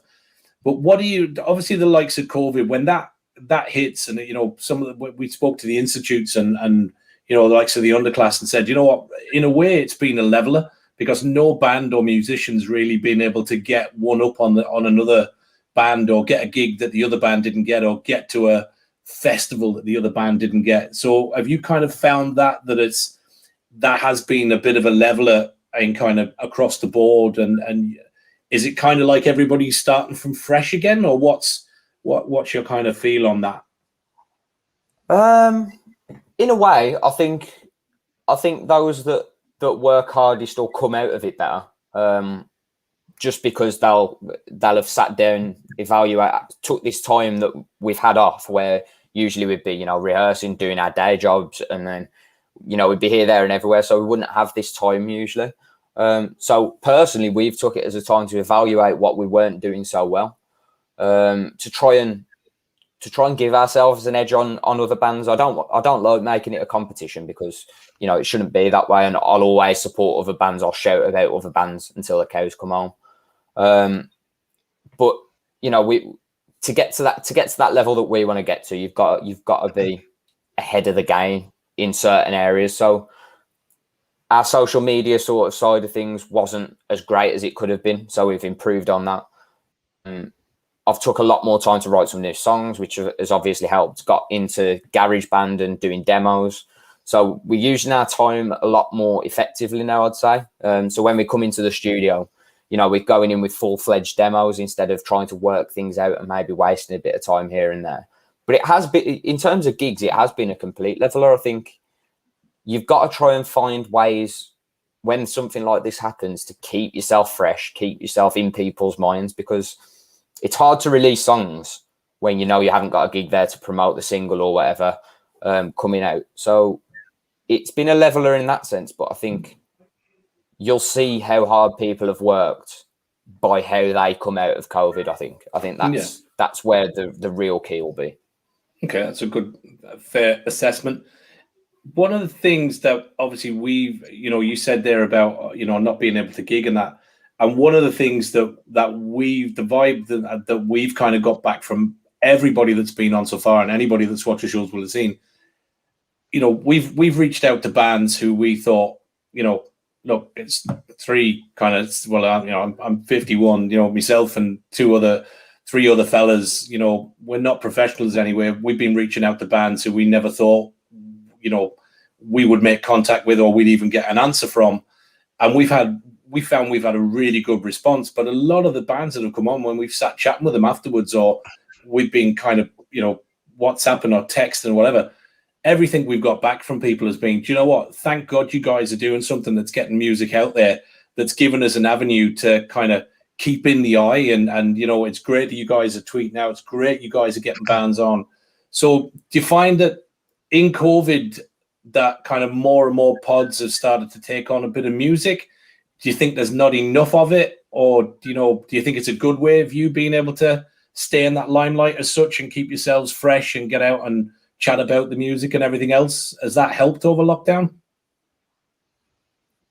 I think it's really helped. I think not even necessarily just for the music sense and the promotional sort of side of things. I think the social aspect of it as well. I know we're not, you know, sat at a pub doing it or whatever, but people have really took for granted how much we are social creatures, and, you know, the impact that this has had on people's mental health in terms of not being able to go to work, or even that, you know, people hate their jobs, but they go to work and they interact talk to with people. That, yeah, exactly. And we're a social being that when it's not there. Exactly. And I think that's a big thing for me, you know. I think just being able to talk to other people and, you know, come on and promote my music at the same time, but it's just something to do that makes you just, it's a bit of a release, a bit like music, a bit like writing a song is for me, or going to the pub with your mates or whatever it is. you know, it's another release, and it keeps you ticking over. It keeps you thinking, oh well, at least I've got something planned. So I think the podcasts that have come out of COVID are brilliant, and they've been a massive help to people like us. But touching on what you said about you didn't think that some of the bands would get back to or whatever, I think, you know, no matter what level you're at, I think you should always try and get involved with stuff like this, because everyone has to start somewhere. And don't get me wrong, I was playing open mics to, you know, 2 people when I first started out. You know, it might not have the most viewers or whatever, but I'm always open to giving new people a chance, even if it's a podcast with 1 follower, 1,000 followers. I think it's always a good avenue, and it's good to talk to people. You know, you find new things and you hear new stories, and it can only help all of us. Yeah, I mean, you know, we obviously we were doing some of the Newcastle shows. You know, myself and Daz kind of wanted to go off and do something, but we weren't really sure. But you know, what we knew was that we were enjoying doing it. We were enjoying socializing, the 2 of us being together, you know, chatting, and you know, we wanted to give things a go. And when we kind of came up with the idea, I suppose I was quite old school in the way in my head I had this vision of kind of, you know, an online pod version of Soccer AM, which was, you know, a love of football but listening to a real cracking tune in the background. Yeah. And that was kind of how it sprung. And for us, yeah, look, I mean, you know, we'd love a load more subs and loads more people watching. But the factor of, you know, when the 4 of us are together, it is like you said, it's like, you know, I'm sat here with a beer, you're chatting to your mates. Sometimes you actually forget you're on air, or you're going out on YouTube, or you're doing stuff. Because I certainly do, because I could be talking about birds. I was talking about birds. Yeah, I was talking about birds and bees. But you do, and I think that has been a release. You know, we've spoken many a times. You know, when we've been on air, like, you know, I had, you know, home problems last year with my mum, and a lot of this, you know, being able to get through a weekend knowing that I had the show with the lads on a Wednesday probably got me through, I would say, probably the worst 6 months I've ever had. But it does give you that outlet, and it does give you, you know, that thing. And, you know, with the songs that we've had on and the bands that we've had on, we've now put together kind of, you know, a playlist on Spotify of all the music we've had so far. And, you know, yourself will go on it tonight.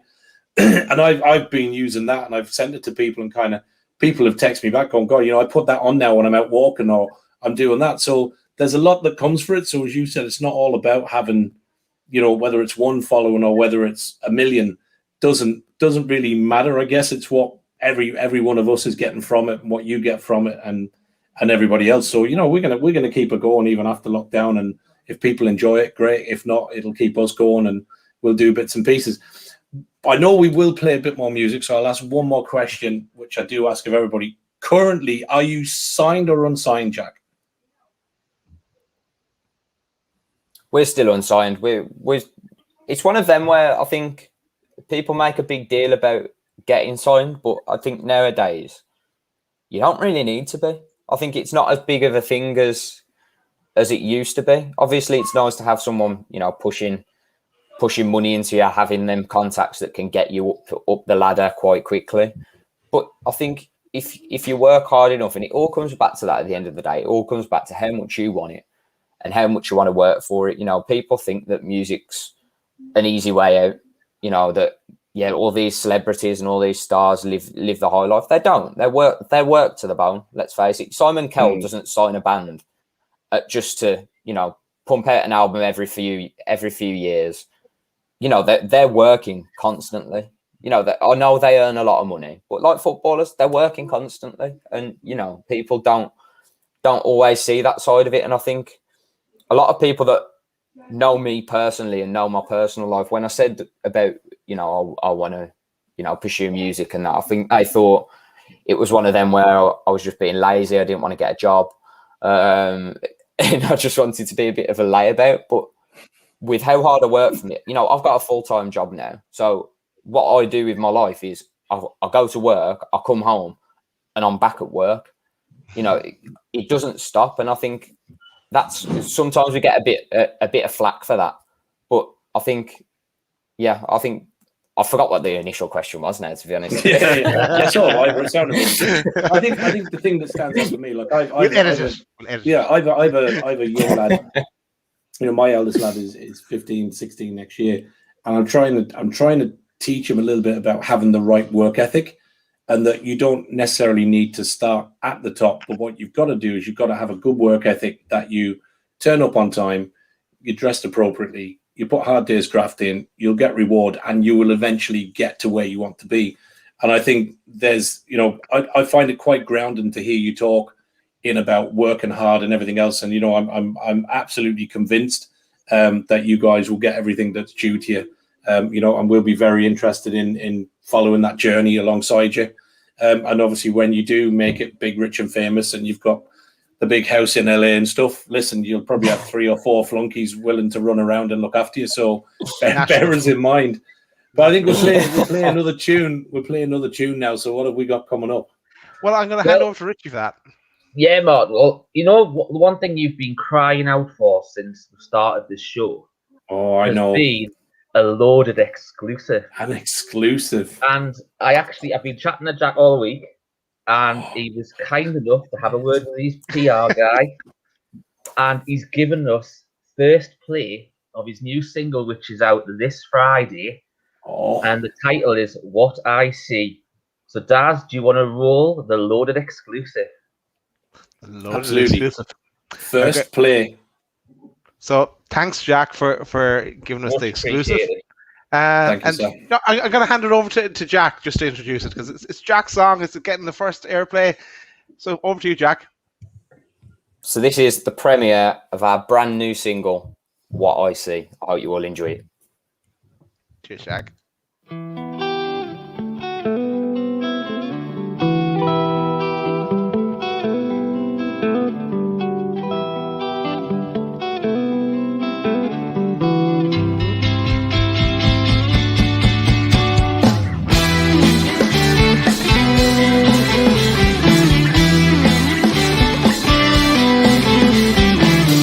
Girl, don't you know that you intrigue me? Can't put my finger on why. I know that there's more to you than meets the eye. So why you still acting shy? Is it just because you've been hurt before that you build up a wall? Maybe when you just get to know me better, bricks will start to fall. I know your worth, I'll show it to you. Wipe away your insecurities. You're a 10 out of 10. If only you could see what I see.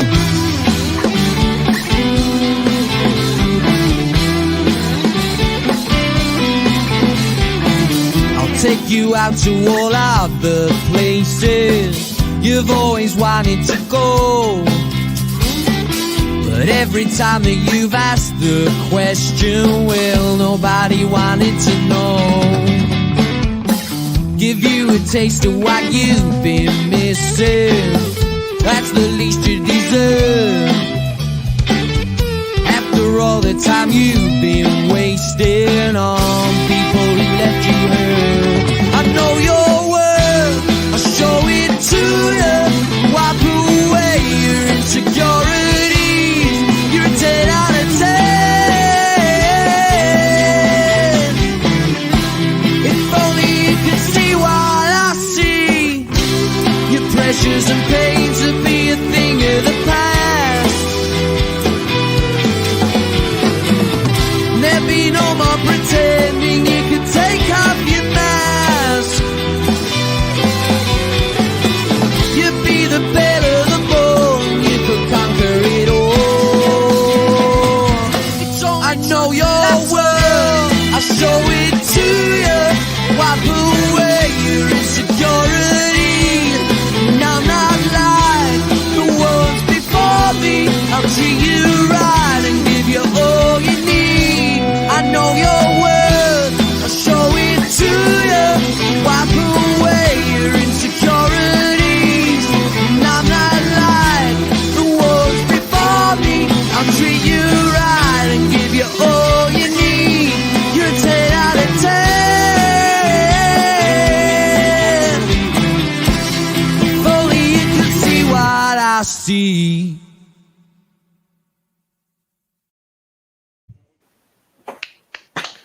Well done, Jack.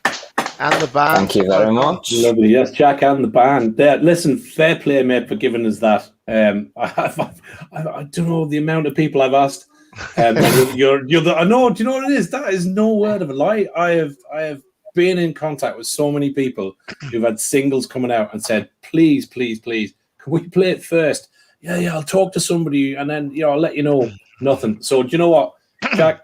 We are forever in your debt, mate. Thanks very much for that. And it's a cracking tune. It's an absolute cracker. Do you know what, Mark? I was just going to say, I actually think that we've actually been lucky. We've stumbled on Jack's best track as our loaded exclusive. Jack, since you gave us it last night, that track, I think I've listened to it about a dozen times since last night. I just think it's your best track so far. So well done, mate. Yeah, we think so too, mate. I really appreciate that. So I'm glad it's gone down well. Glad it's gone down well. Yeah, no. Did it sound just as good to you as how you wanted it to hear the first time as well? Yeah, I think it's always a tricky one when you've got a new single, because you listen to it that many times while you're in the studio. You're always over analysing things, so it's always nice to have someone else hear it and hear people's reactions. That's why Friday is like a big day for us, because release day for a musician is probably one of the most nerve-wracking days. It's like our cup final. That's the only way I can put it. Like the nerves the day before, just to see how it's going to be taken. Well, I'm glad it's gone down well. Do you know what? I can actually go along with that, Jack. I don't know if Martin can as well, because me and Martin are obviously the music guys, and we do all the research, book all the band stuff. I don't know. I thought you were going to go to the spiel there. If you'd have said I am the music man, there's no way I was getting up dancing with you, Rich. I can tell you that one. No, what I was going to say is because I don't know if Martin, you ever do it as well, but do you ever sometimes overanalyze when you're listening to these tracks, whether you think, oh, what's Martin going to think, or what's Daz or Chris going to think? And it's like, not really. I don't care what you think. Well, I've got a good ear so far. He doesn't give a shit what we think. No, I don't really. No, it's not that. Do you know what it is? I suppose music-wise, I suppose I've been brought up in a family where I've listened to a lot of music. Genre-wise, I would listen to most music. So my mum and dad obviously big into rock and roll. My dad liked Elvis. My mum loves the Beatles. So I was brought up with all that different kinds of music. But I've listened to country. I've listened to rock. I like rap. I like grime. And a good tune is a good tune.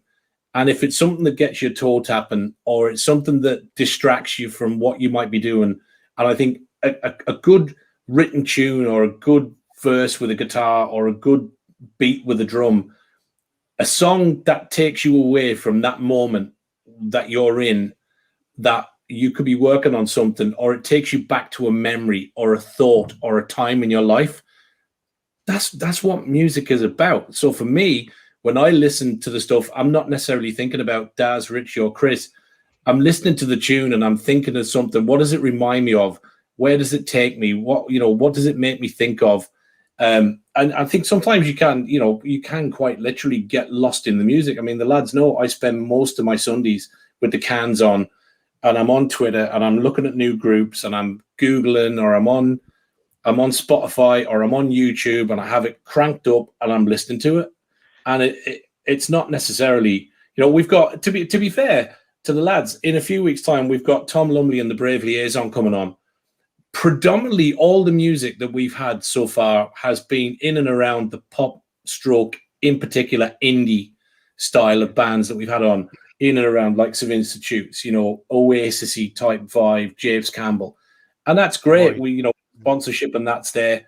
But Tom Lumley's probably a slight diversion. It's a bit more rocky. It's a bit more, it's a bit heavier, but they're a great band. It's a good tune. So all we want to do is just bring music out there to people that we like, that works on the show. And that, to be fair, that's the reason why Jack's on here. The music works. It's great tunes. It's melodic. It puts you in a place where you think about stuff. What's not good about music? That's all we want to do. We want to bring people good tunes that get them out there, that they start listening to artists, because there are some amazing artists, signed and unsigned, who do not get the coverage that they need. And that's why we've got the likes of Jack on the show. Exactly. And the bad thing though is this is Jack's second time on the show, and same as Jace Campbell. So in Soccer AM, they get a football when they come on for the third time. So are we going to have to find a football or get a T-shirt or something? We are going to have to do something. Won't we? If you get like a hat trick of shows, we're going to have to do something. A mind, body, and soul T-shirt. Yeah, well, I think if we get to a hat trick or any more, then I think obviously, given the fact he's not here tonight, we'll just replace Chris Hall with Jack. So yeah, we signed Jack. It seems like a done deal. Yeah, Jack's been on more than Chris recently, anyway. Hasn't he? He has been on more than Chris. Yeah, to be fair, he does a better job. Speaking of that, have we got any update in the score, Rich? It's still 1-0 with 7 minutes to go. 7 minutes to go, still 1-0. It's looking like a Chelsea Man City final then at this point. Yeah. It is, yeah. There you go. That'll be good game. Daz, have we got any questions in for Jack before we do some more music and stuff? We have. Okay, let's go to the question first. I did see Tom's about, has Jack ever played a wedding before? Yeah. I think maybe Tom is planning a wedding. So he asked the question. So there you go. Jack, have you played any weddings before? I haven't yet, but I do have one booked for September. It was supposed to be like this is a wedding that's been rearranged about 3 times because of COVID. So I feel so sorry for these two people. They're a lovely couple, and they want me to play one of my songs as their first dance. Well, the husband wants it, but the wife's she's a bit umming and ahhing. She likes the song, but she doesn't know whether she wants it as a first dance. So me and him are on a bit of a mission to convince her. Is it Love Me? No, it's a tune that was on the Locked Away EP that I released at the start of February. It's called Just Another Love Song. I'm not sure if it's on YouTube. It might be on YouTube somewhere. I think there is a video somewhere in the depths of YouTube that you can find it. I'll get that for the third appearance. That trick show. Dig that out. We'll just stream the wedding. yeah, there we go. Loaded weddings. Yeah, we'll be on stage. Yeah, okay. We'd like to see the bride and groom's loaded 11, please.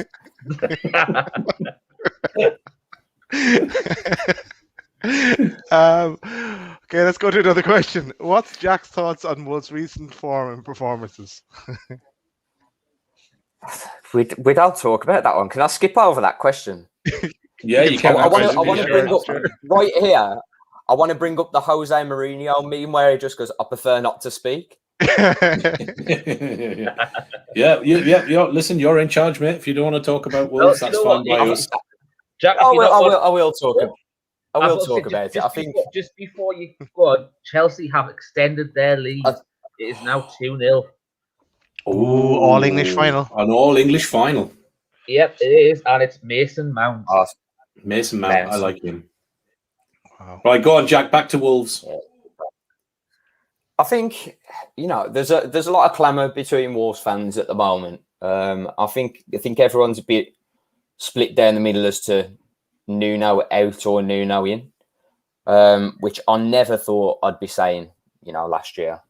But I'm strongly Nuno in at the moment. I think we've been done hard by injuries. I know a lot of teams have, and it's no excuse. But I think obviously Jimenez is the big one. What's annoyed me this season, I think, it's just how diabolical the football's been at times. I think Nuno is inevitably the tactician. He sets us up that way, so the book does stop with him. And we're too negative. In games against lower opposition, the likes of Brighton, you were doing your predictions for the Wolves Brighton game. I expect us to lose against Brighton. So do I, Jack. I backed you, lad.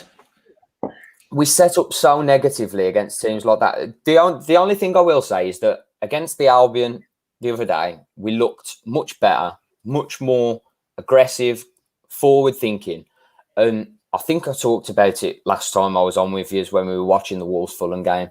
Willian Jose, I'll pay for his flight back to Spain. Get him back to Spain. Fabio Silva, I tell you, Fabio Silva is a talent, and I think not many people have seen it yet. But if he was in a better team, he would be in double figures for goals because his runs off the ball. You have to watch him for a full 90 minutes to understand, you know, the intelligence for an 18-year-old kid to come into a new country, not speak the language, not know anything, not really played any senior football, not know anything about the physicality or anything. I think he's done well, but I think he could have done even better if we played a style of football that suited him, because his runs off the ball, you know, he never gets the ball when he makes these runs because of the style of play. We target the wings and target putting the ball in the box. If we targeted through the middle, Silva makes brilliant runs and he will get goals for us, I tell you. I think he's definitely one for the future. Not many people are seeing it yet, but I'll pin my hopes on it right now. I think he's a bright spark, and I think if we get the right additions in the summer, stick with Nuno, I've got the faith that we can get back up to, you know, pushing those European places. Yeah, no, I would agree. I think it would be stupid to ditch Nuno. That would be me. The other question I've got is, do you have faith that the kit man will have the Wolves kit dry by Sunday? Because my God, it got some dousing against West Brom, didn't it? Oh my God, yeah, that was biblical rain at one point. Was, it was actually it was actually overpowering the commentator. The noise of it hitting the roof. I tell you, it was a mad game. Yeah, no, it was. After the game, I was in the studio recording a song. I'm featuring on someone's song that maybe a Euro song that we might have for you come the summer. But I haven't told you that. No. Nobody's watching this. It's fine. And the 2,000 people listening on the way their radios. Yeah. Just ignore that bit on the radio. I think Jack's got the official England Euro 2021 song, haven't you, Jack? Me and a certain individual think we've got it. Yeah, we think we've got it nailed. But yeah, we were in the studio recording that after the Albion game, and honestly, driving to Birmingham was scary. Probably the most scary I've ever been, driving a car on the motorway at 60 miles an hour. In fairness, we have seen your driving skills in the London town video. So. I'm a good driver. There was a lot of over-indication, I would say, but anyway, it was good. Lads, I think we're going to play because another tune. We've got 12 minutes before the radio slot closes. So I would like to get 2 Jack songs in here if we could, just so we get it out to more listeners. Yeah, more listeners, we're going to go absolutely. with "Love Me." Here we go.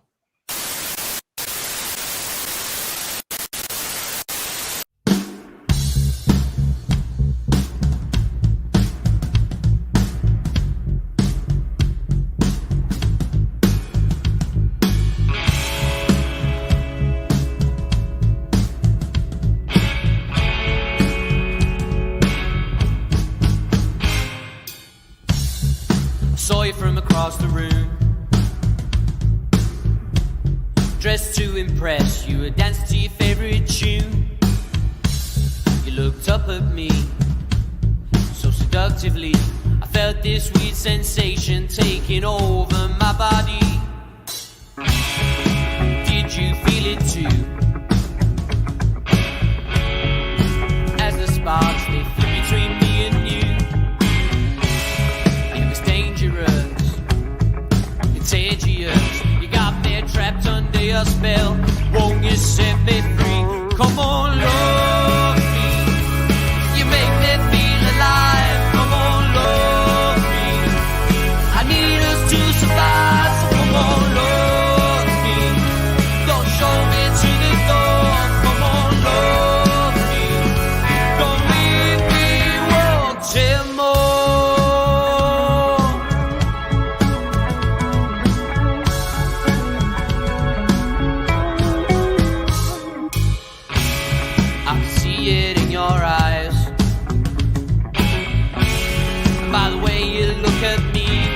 Desire, spontaneous. I can't help you 'cause I will be the oxygen you're gonna need to fuel that fire. Come on, love me. You make me feel alive. Come on, love me. I need us to survive. So come on, love me. Don't show me to the door. Come on, love me. Don't leave me wanting more.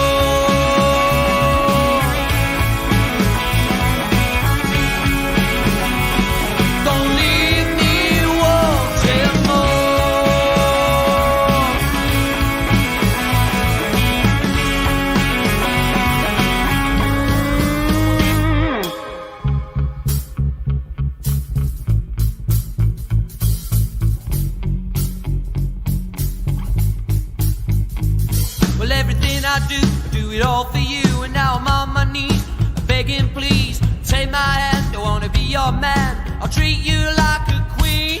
With everything I do it all for you. And now I'm on my knees, begging please, take my hand, I wanna be your man. I'll treat you like a queen, come on, love me.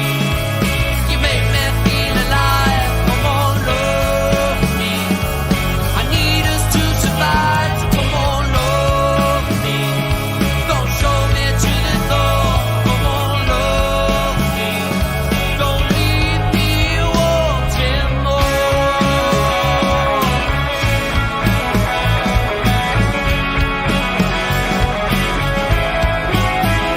Come on, love me.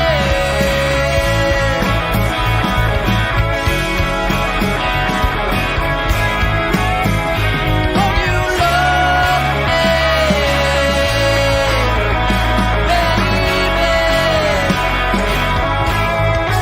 Won't you love me?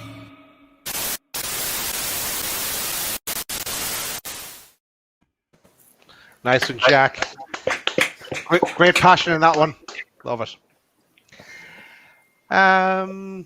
We take another question, lads, and then we go straight to another track. Yeah. Okay, and then we'll still have the quiz to do. There was one good question here. From Donald, who would Jack like to sign in the summer? Lionel He's Messi. on record deal. Good answer. There's probably more chance than we have. Haaland. I'm not too sure, to be honest, lads. I think in terms of positions, we need a solid centre half, and we need a creative midfielder. I think Vitinha was class on Monday. I think we need someone who's going to be there. You know, not a prospect, and then a holding midfielder to partner Neves with a bit of pace. I think if we're going down the Portugal route, I know it's not a likely transfer to happen. Renato Sanchez would be perfect for us, I think. He would be a great signing for Wolves. But We I know can that's so recommend. unlikely. We can obviously recommend. We've a great centre half, and Newcastle probably will be looking to move on the end of the season. Jamal Lascelles, quality defender, and if you're looking for that quality centre midfield holding player, probably with not so much pace. There's a Voldemort looking guy in our team called Shelby. You can fucking have him for free if you want him. I think we're all right in that department. We've already got a slow ball playing midfielder like Ruben Neves. So Yeah, we just have a slow player. I wouldn't even say he's a ball player. Yeah, but Jack, can he play centre half as well, like Shelby has the last few weeks? I want to go for another question. Nuno loves playing a defensive midfielder at centre half. Why not? Question here from Keith Rowell. What does Jack think of the rumours linking Santos with the Spurs job next season? I think it's a load of rubbish, to be quite honest. I think Spurs will go for someone a lot more pragmatic after having Jose and it not working out. You know, Nuno is a very similar type of manager. You know, but he likes to play solid football and hit teams on the counter attack. So I can't see them going for Nuno. They'll go with a change of style. I personally think. I'm not sure who they'll go for. Maybe an Allegri. I know he's free at the moment. I know Nagelsmann's just took the Bayern Munich job, so I don't know who they're going to go for. Yeah. I think it'll be an interesting one. I know Sarri's been linked to this. Yeah. So he was ahead of the betting. I can't see it being Nuno. No. Yeah. Well, you never know. Steve Bruce might be looking for another job, and everyone else seems to think he's been doing a good job. So you never know. You might go world's best manager. Yeah. Yeah. As we're finishing that question, Dal, just to let everyone know, it is now an all-English Champions League final. Ooh. Chelsea will play Man City on the 29th of May. 29th of May. Man City to win that. Yeah. Man City to win. But to be fair, Chelsea did beat them in the FA semi-final. FA Cup semi-final. I just think it's going to be an interesting game. Really interesting City's game. year, I think they're just rolling and rocking. Okay, Daz, what do we got? Another tune and then the quiz? We're going to go straight to the last tune for the radio, but we're just going to stay on. So here is Your Royal Highness.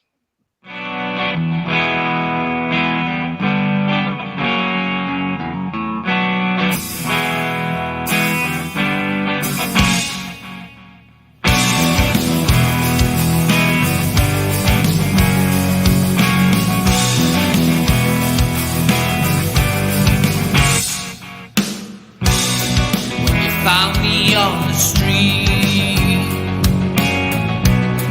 Just think of all the things that I've seen. Why you worn that crown upon your head. I had to sell the jewels for money instead. Well, don't talk about old me, 'cause I've changed. You're all I need, and everything I want from my dreams, all I got will never be enough without you. You're all you highness, baby. I need love from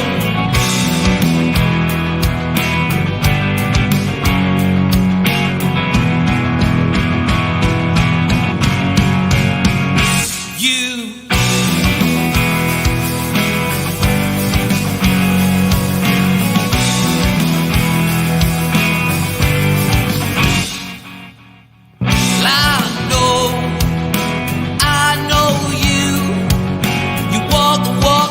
Talk the talk, there's no messing with you. You don't play no games, you're a straight talking girl, and that is why you're gonna rule the world. Don't talk about old me, 'cause I've changed. You're all I need, and everything I want from my dreams, all I got will never be enough without you. You're all you highness, baby. I need love from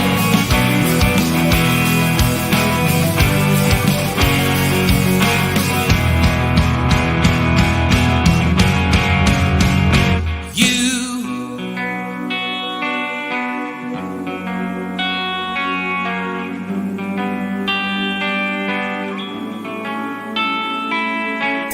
Well, I bow before you, down on my knees,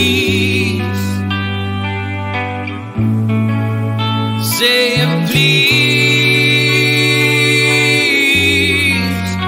forgive me. Don't talk about old me, 'cause I've changed.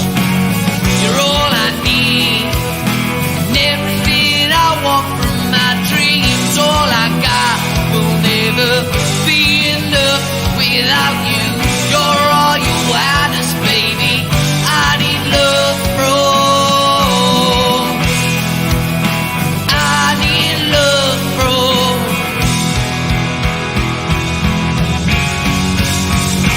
you.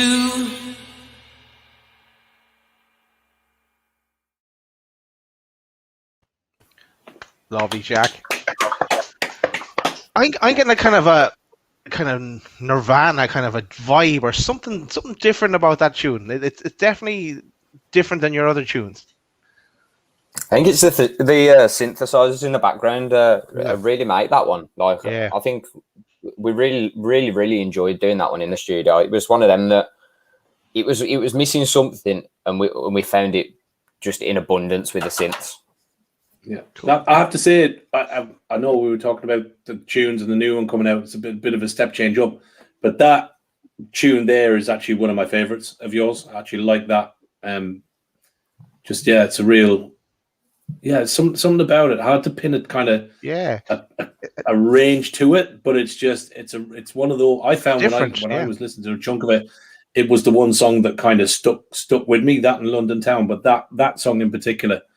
Is a firm favourite. It's actually on my own playlist of me stuff on Spotify that I listen to. So that's how we know we've made it.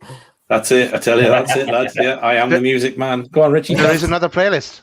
What? There is. Okay, I think we really need to start this quiz. And we need to say goodbye to our radio Oh, we I do. think we missed that one. We missed it. We're we're waving again. We're waving to We're the waving. radio I don't know people. why we waving. It's every week. I don't know. Don't used to. Goodbye, radio viewers. Well, they could actually watch us we're on their website now as well. I was so going to say, they yeah. I just want to wave goodbye to all those people on radio listening. could. Okay, Richie, here we go. Loaded quiz 2. Nice one. And here's the table. So currently, that's not last year's season. That's last year, isn't it? Because the Void weren't in, were they? The Void were in. No, this is the correct This table. Is it? is It's- this it's really table. like- Yeah, this is this year. Yeah. Do you know what? It's been that long ago since we had the outro. It just feels like a much longer. Anyway, in joint first place we've got Outchild and Felix Hill. Third place, the Void. To be confirmed is J10 because obviously the technical issues he had last week. We are hoping to get him back on the next few weeks for a 1 hour special, and we will see how Jack does now.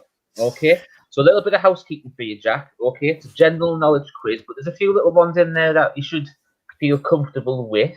Okay, Yeah. so there's 12 questions overall, worth up to 16 points. Okay, so there's a Alright. couple of 2-point questions in there. Okay. When we get all out of the way, we'll tell you what the score is, and then we will give you the options with the twist at the end. Okie dokie? So, question 1 is a 2-point question. Part 1. Who is, and it's an easy one to start off with for you, who is Wolves' record goal scorer? Stevie Ball. Okie dokie. And who is Wolves' record appearance holder? I want to say Billy Wright. Okie dokie. Question 2. Which major annual event took place in Cleveland, Ohio last week?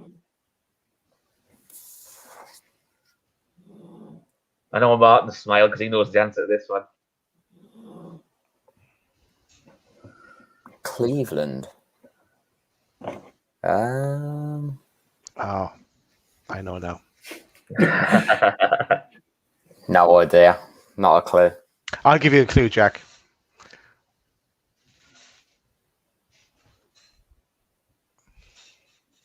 Baseball. I was just going to say, Daz was the worst javelin thrower in Galway for consecutive years. Not just that, but I think the green screen really didn't help Jack there. did it? Yeah, okay, sorry. Not really, no. Daz's arm went back and his hand fell off. Question 3. Which band had an album called Just Enough Education to Perform?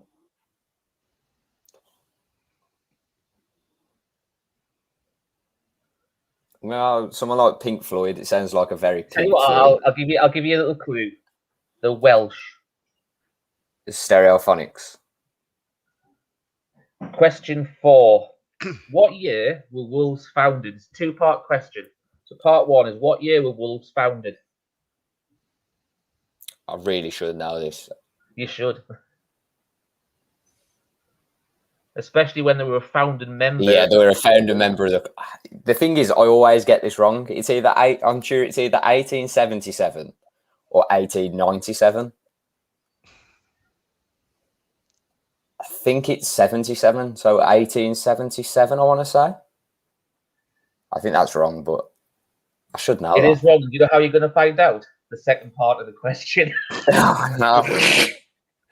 The second part of the question. What were Wolves formerly known before they changed the name when they were formed in 1877?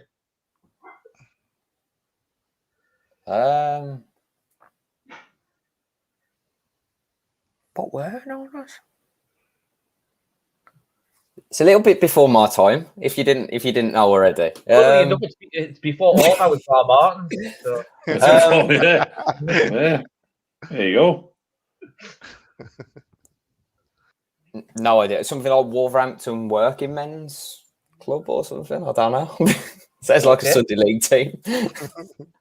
Okay, question 5. What is the chemical symbol for sodium? That's Na. I should know that because I've got a chemistry degree. So I think I'm all right on that one. I must have known. Surely must have known. You've really done your research there, Rich. Yeah, I did, didn't I? Question 6, another two-parter for you. Which artist had the biggest selling album of all time?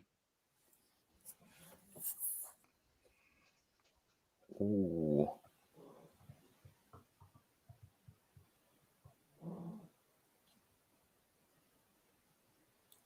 I'm gonna say the Beatles, maybe. Beatles. And the second part of the question is, can you name the album?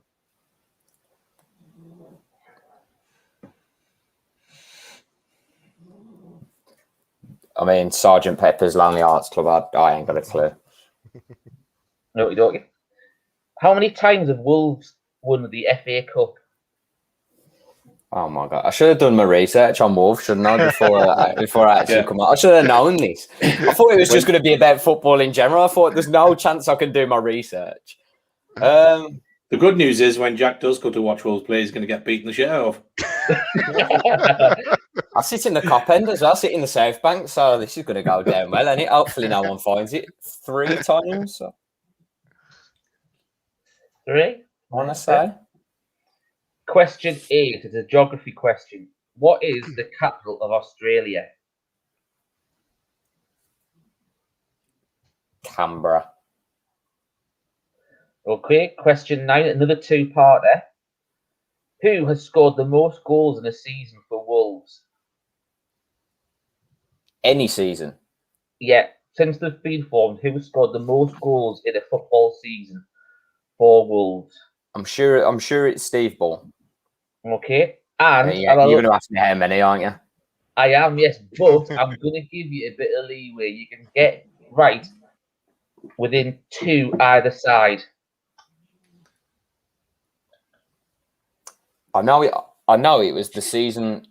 I'm sure it was the season that we won what is now the Mickey Mouse Cup that keeps changing names every 5 weeks.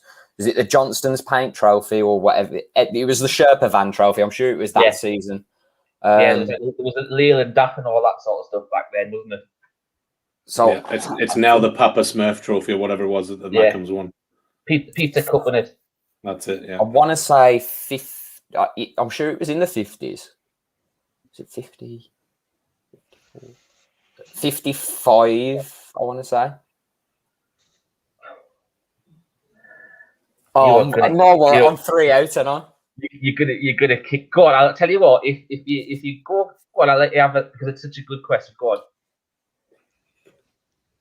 53. Higher or lower? It's between 50 and 55, I'm sure of it. Question 10. During the Black Country Derby on Monday, 2 players jointly became Wolves' all-time Premier League appearance holders, replacing Matt Jarvis. But can you tell me who the 2 players were? Yeah, Rui Patricio and Conor Cody.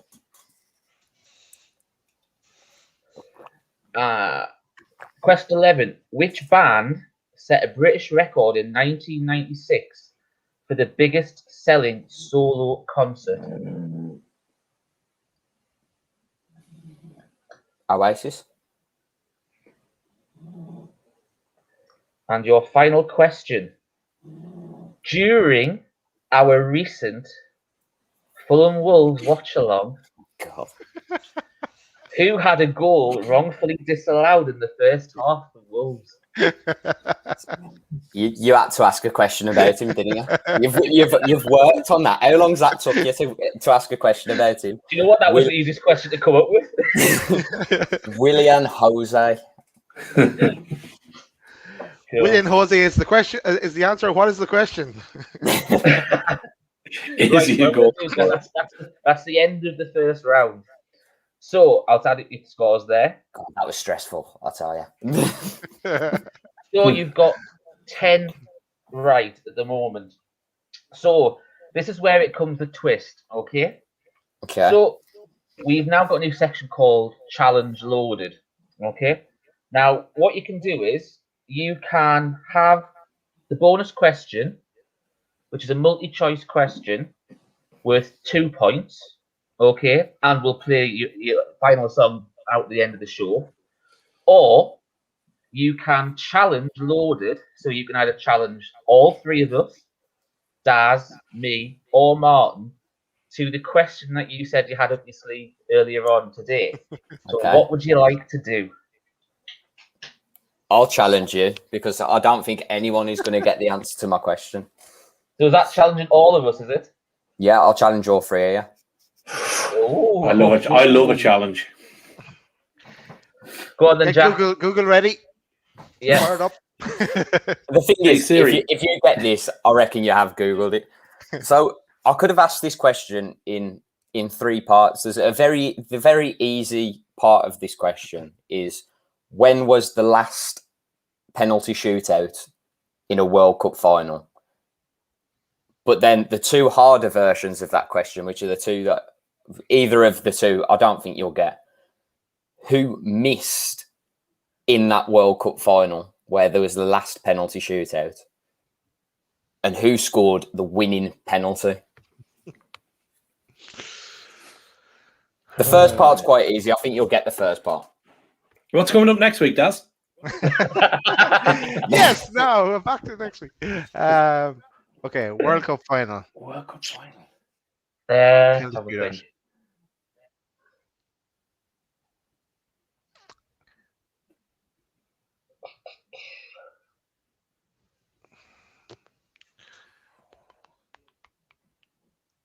It's a tough one, there. Talking about, are we going West Germany, Argentina? Or was there one after that? Or was that a penalty shootout?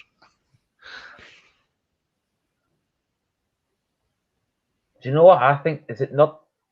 Something rings a bell about 2002, Japan, the Japan World Cup. There's one where there's a golden goal, so that's not penalty shootout. No, it wasn't. It was. Richie, I think you're on the right track. It was. Was it this? It was the final in 2002, wasn't it? I think it was. I think that's the year, but I couldn't tell you the penalty score and the missed penalty. Who were the 2 teams? Give me the 2 teams? Who were the 2 teams in it? Oh, that's cheating, isn't it? No, well, if he tells me the teams, we might have a rough idea on the players. So the 2 teams were France and Italy. Yeah, France and Italy. Great. France won it. Did they?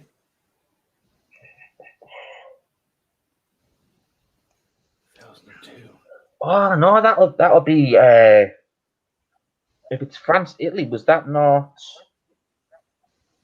It's later than that then. Come on, people in the chat, help us out here.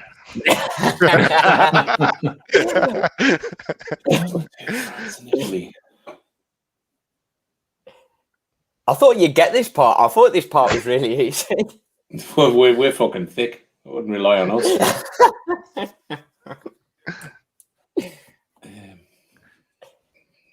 It's a good job we didn't call the show Loaded Football or anything, isn't it? I mean, I'll go badly on the Wolves questions if you want any. Do you know what? Do you know what? I'm going to change my tune on the year. I am now, I'd probably say 90% certain it's 1982. That was final answer. Italy won. Did Italy Spain, not win it? it in 82?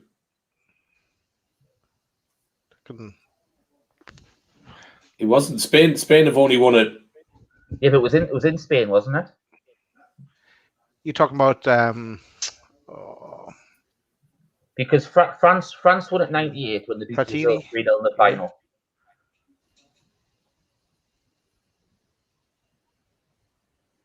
And then after that, I'm sure the start of after that Spain went through their little good patch, didn't they? It was the cup. It was in Spain in 82. I'm just trying to think of Rossi running away. Was it Rossi running away with the goal? That's all I keep seeing.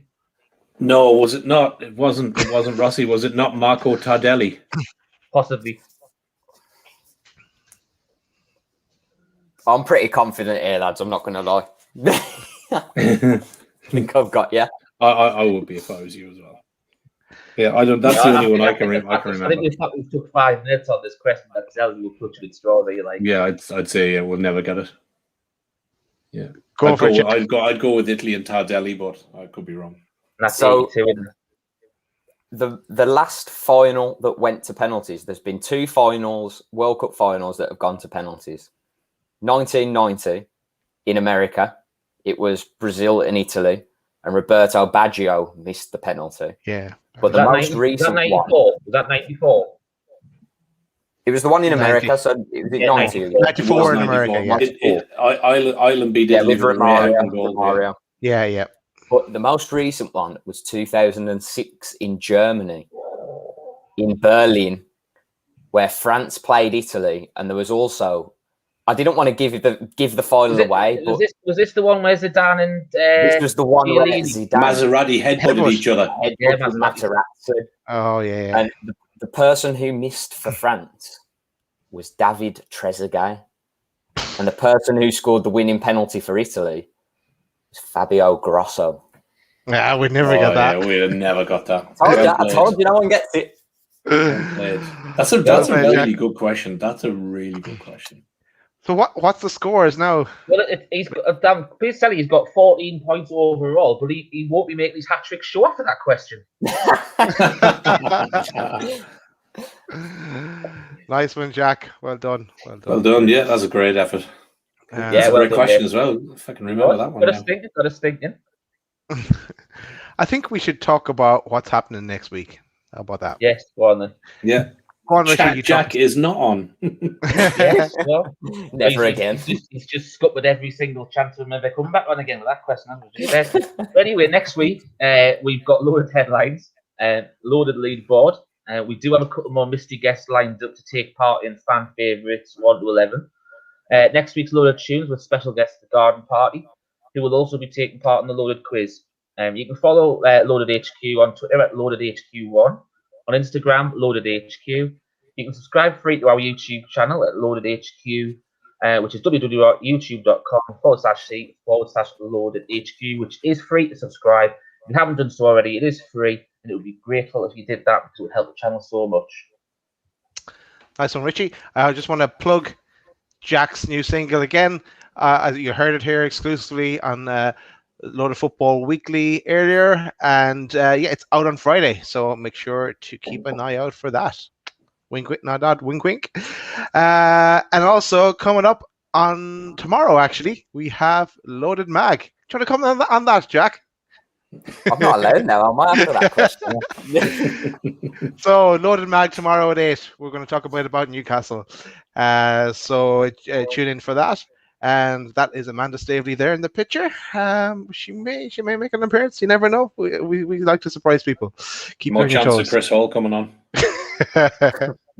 So yeah, tune in for that tomorrow at 8. Just want to say again, thanks for watching, everybody. Like and comment and hit that subscribe button. That would be great. Anything else you want to say, lads, before we bring the night to a close? I know we're going to be adding Jack's tunes to our playlist on Spotify as well. Yeah, we'll be every artist that comes on the show gets added to the Loaded playlist, which you can find on Spotify. So it just gets all the fantastic music that we've had on the show since the start, all in one playlist for your pleasure. You can just put on whenever you want. That's all Daz ever listens to because he doesn't have much of a music taste and has to rely on me and Martin. But so Jack, those your new single will also be getting added to that as well because we do love that one so much. But I just want to say all the best for the release on Friday, mate. I think it's a fantastic song, and I think it'll do very, very well, mate. Nice one. Really appreciate that, lads. No, same for me. Obviously, we will keep in touch, no doubt. I'm sure we'll have you on one of the shows coming up. We'll do something. People have been putting on there. Are we going to be doing another Wolves watch along at some point? So if we don't get one this season, we'll definitely get one next season, and we'll get Jack back on. But yeah, look, massive thanks for giving us the exclusive. Really do appreciate it. We will keep pushing and promoting you. And again, I do say it to most people, but I do genuinely mean this for you and the band. when things open up and the country and back here in Ireland goes a bit more steady, maybe next year, will you hook up and come over and play a gig over this way for us, that me and Daz might actually be allowed out, and we will take you around one of the wonderful cities over here and bring you out for a few beers and stuff. So yeah, if you can, when you get back on the tour, and stick Dublin or Galway on the map and come over and see us, and we'd be delighted to have a night out with you and come and watch you play. Yeah, Dublin's always on the list, mate. I'll tell you.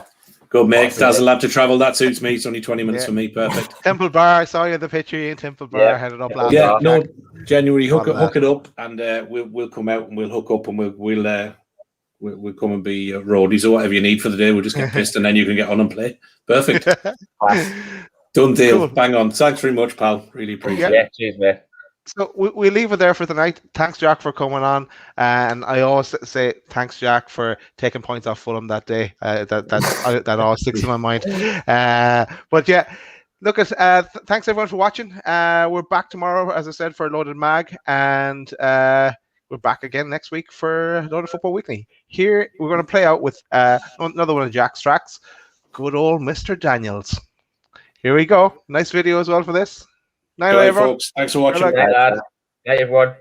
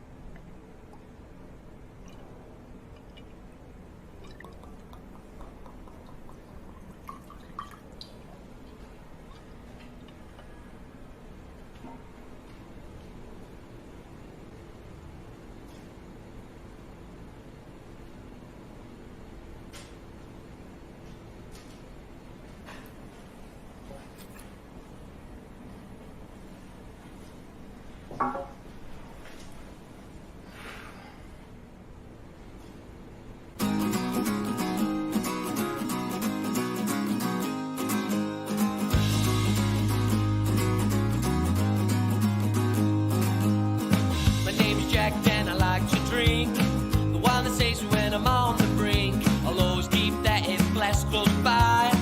Just a swig and I'm feeling fine. When that old guy Jack sees a friend of mine.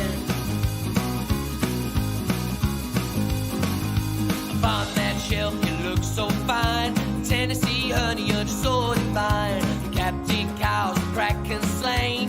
There's only one winner in this game. It's our old guy Jack, yeah, yet again.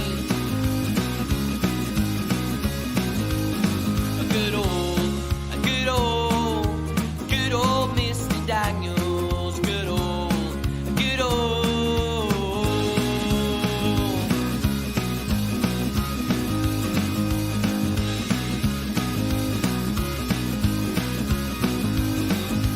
Fresh out of Lynchburg, Tennessee. Old number 7 does a trick for me. Sometimes makes my problems hurt. Another times it kills my concerns. With Jack, you never know which way you'll turn. Just for tonight, one bottle will do. And let's see if we can drink this through. And then come around 3 or 4. I'll stumble in through my front door. And that guy Jack, he will be gone, that's for sure.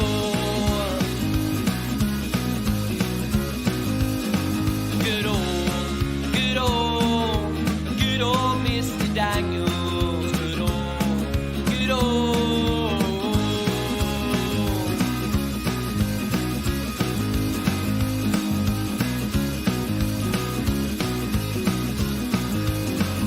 Well, I'm not drinking anymore, but I'm not drinking any less either. So bye.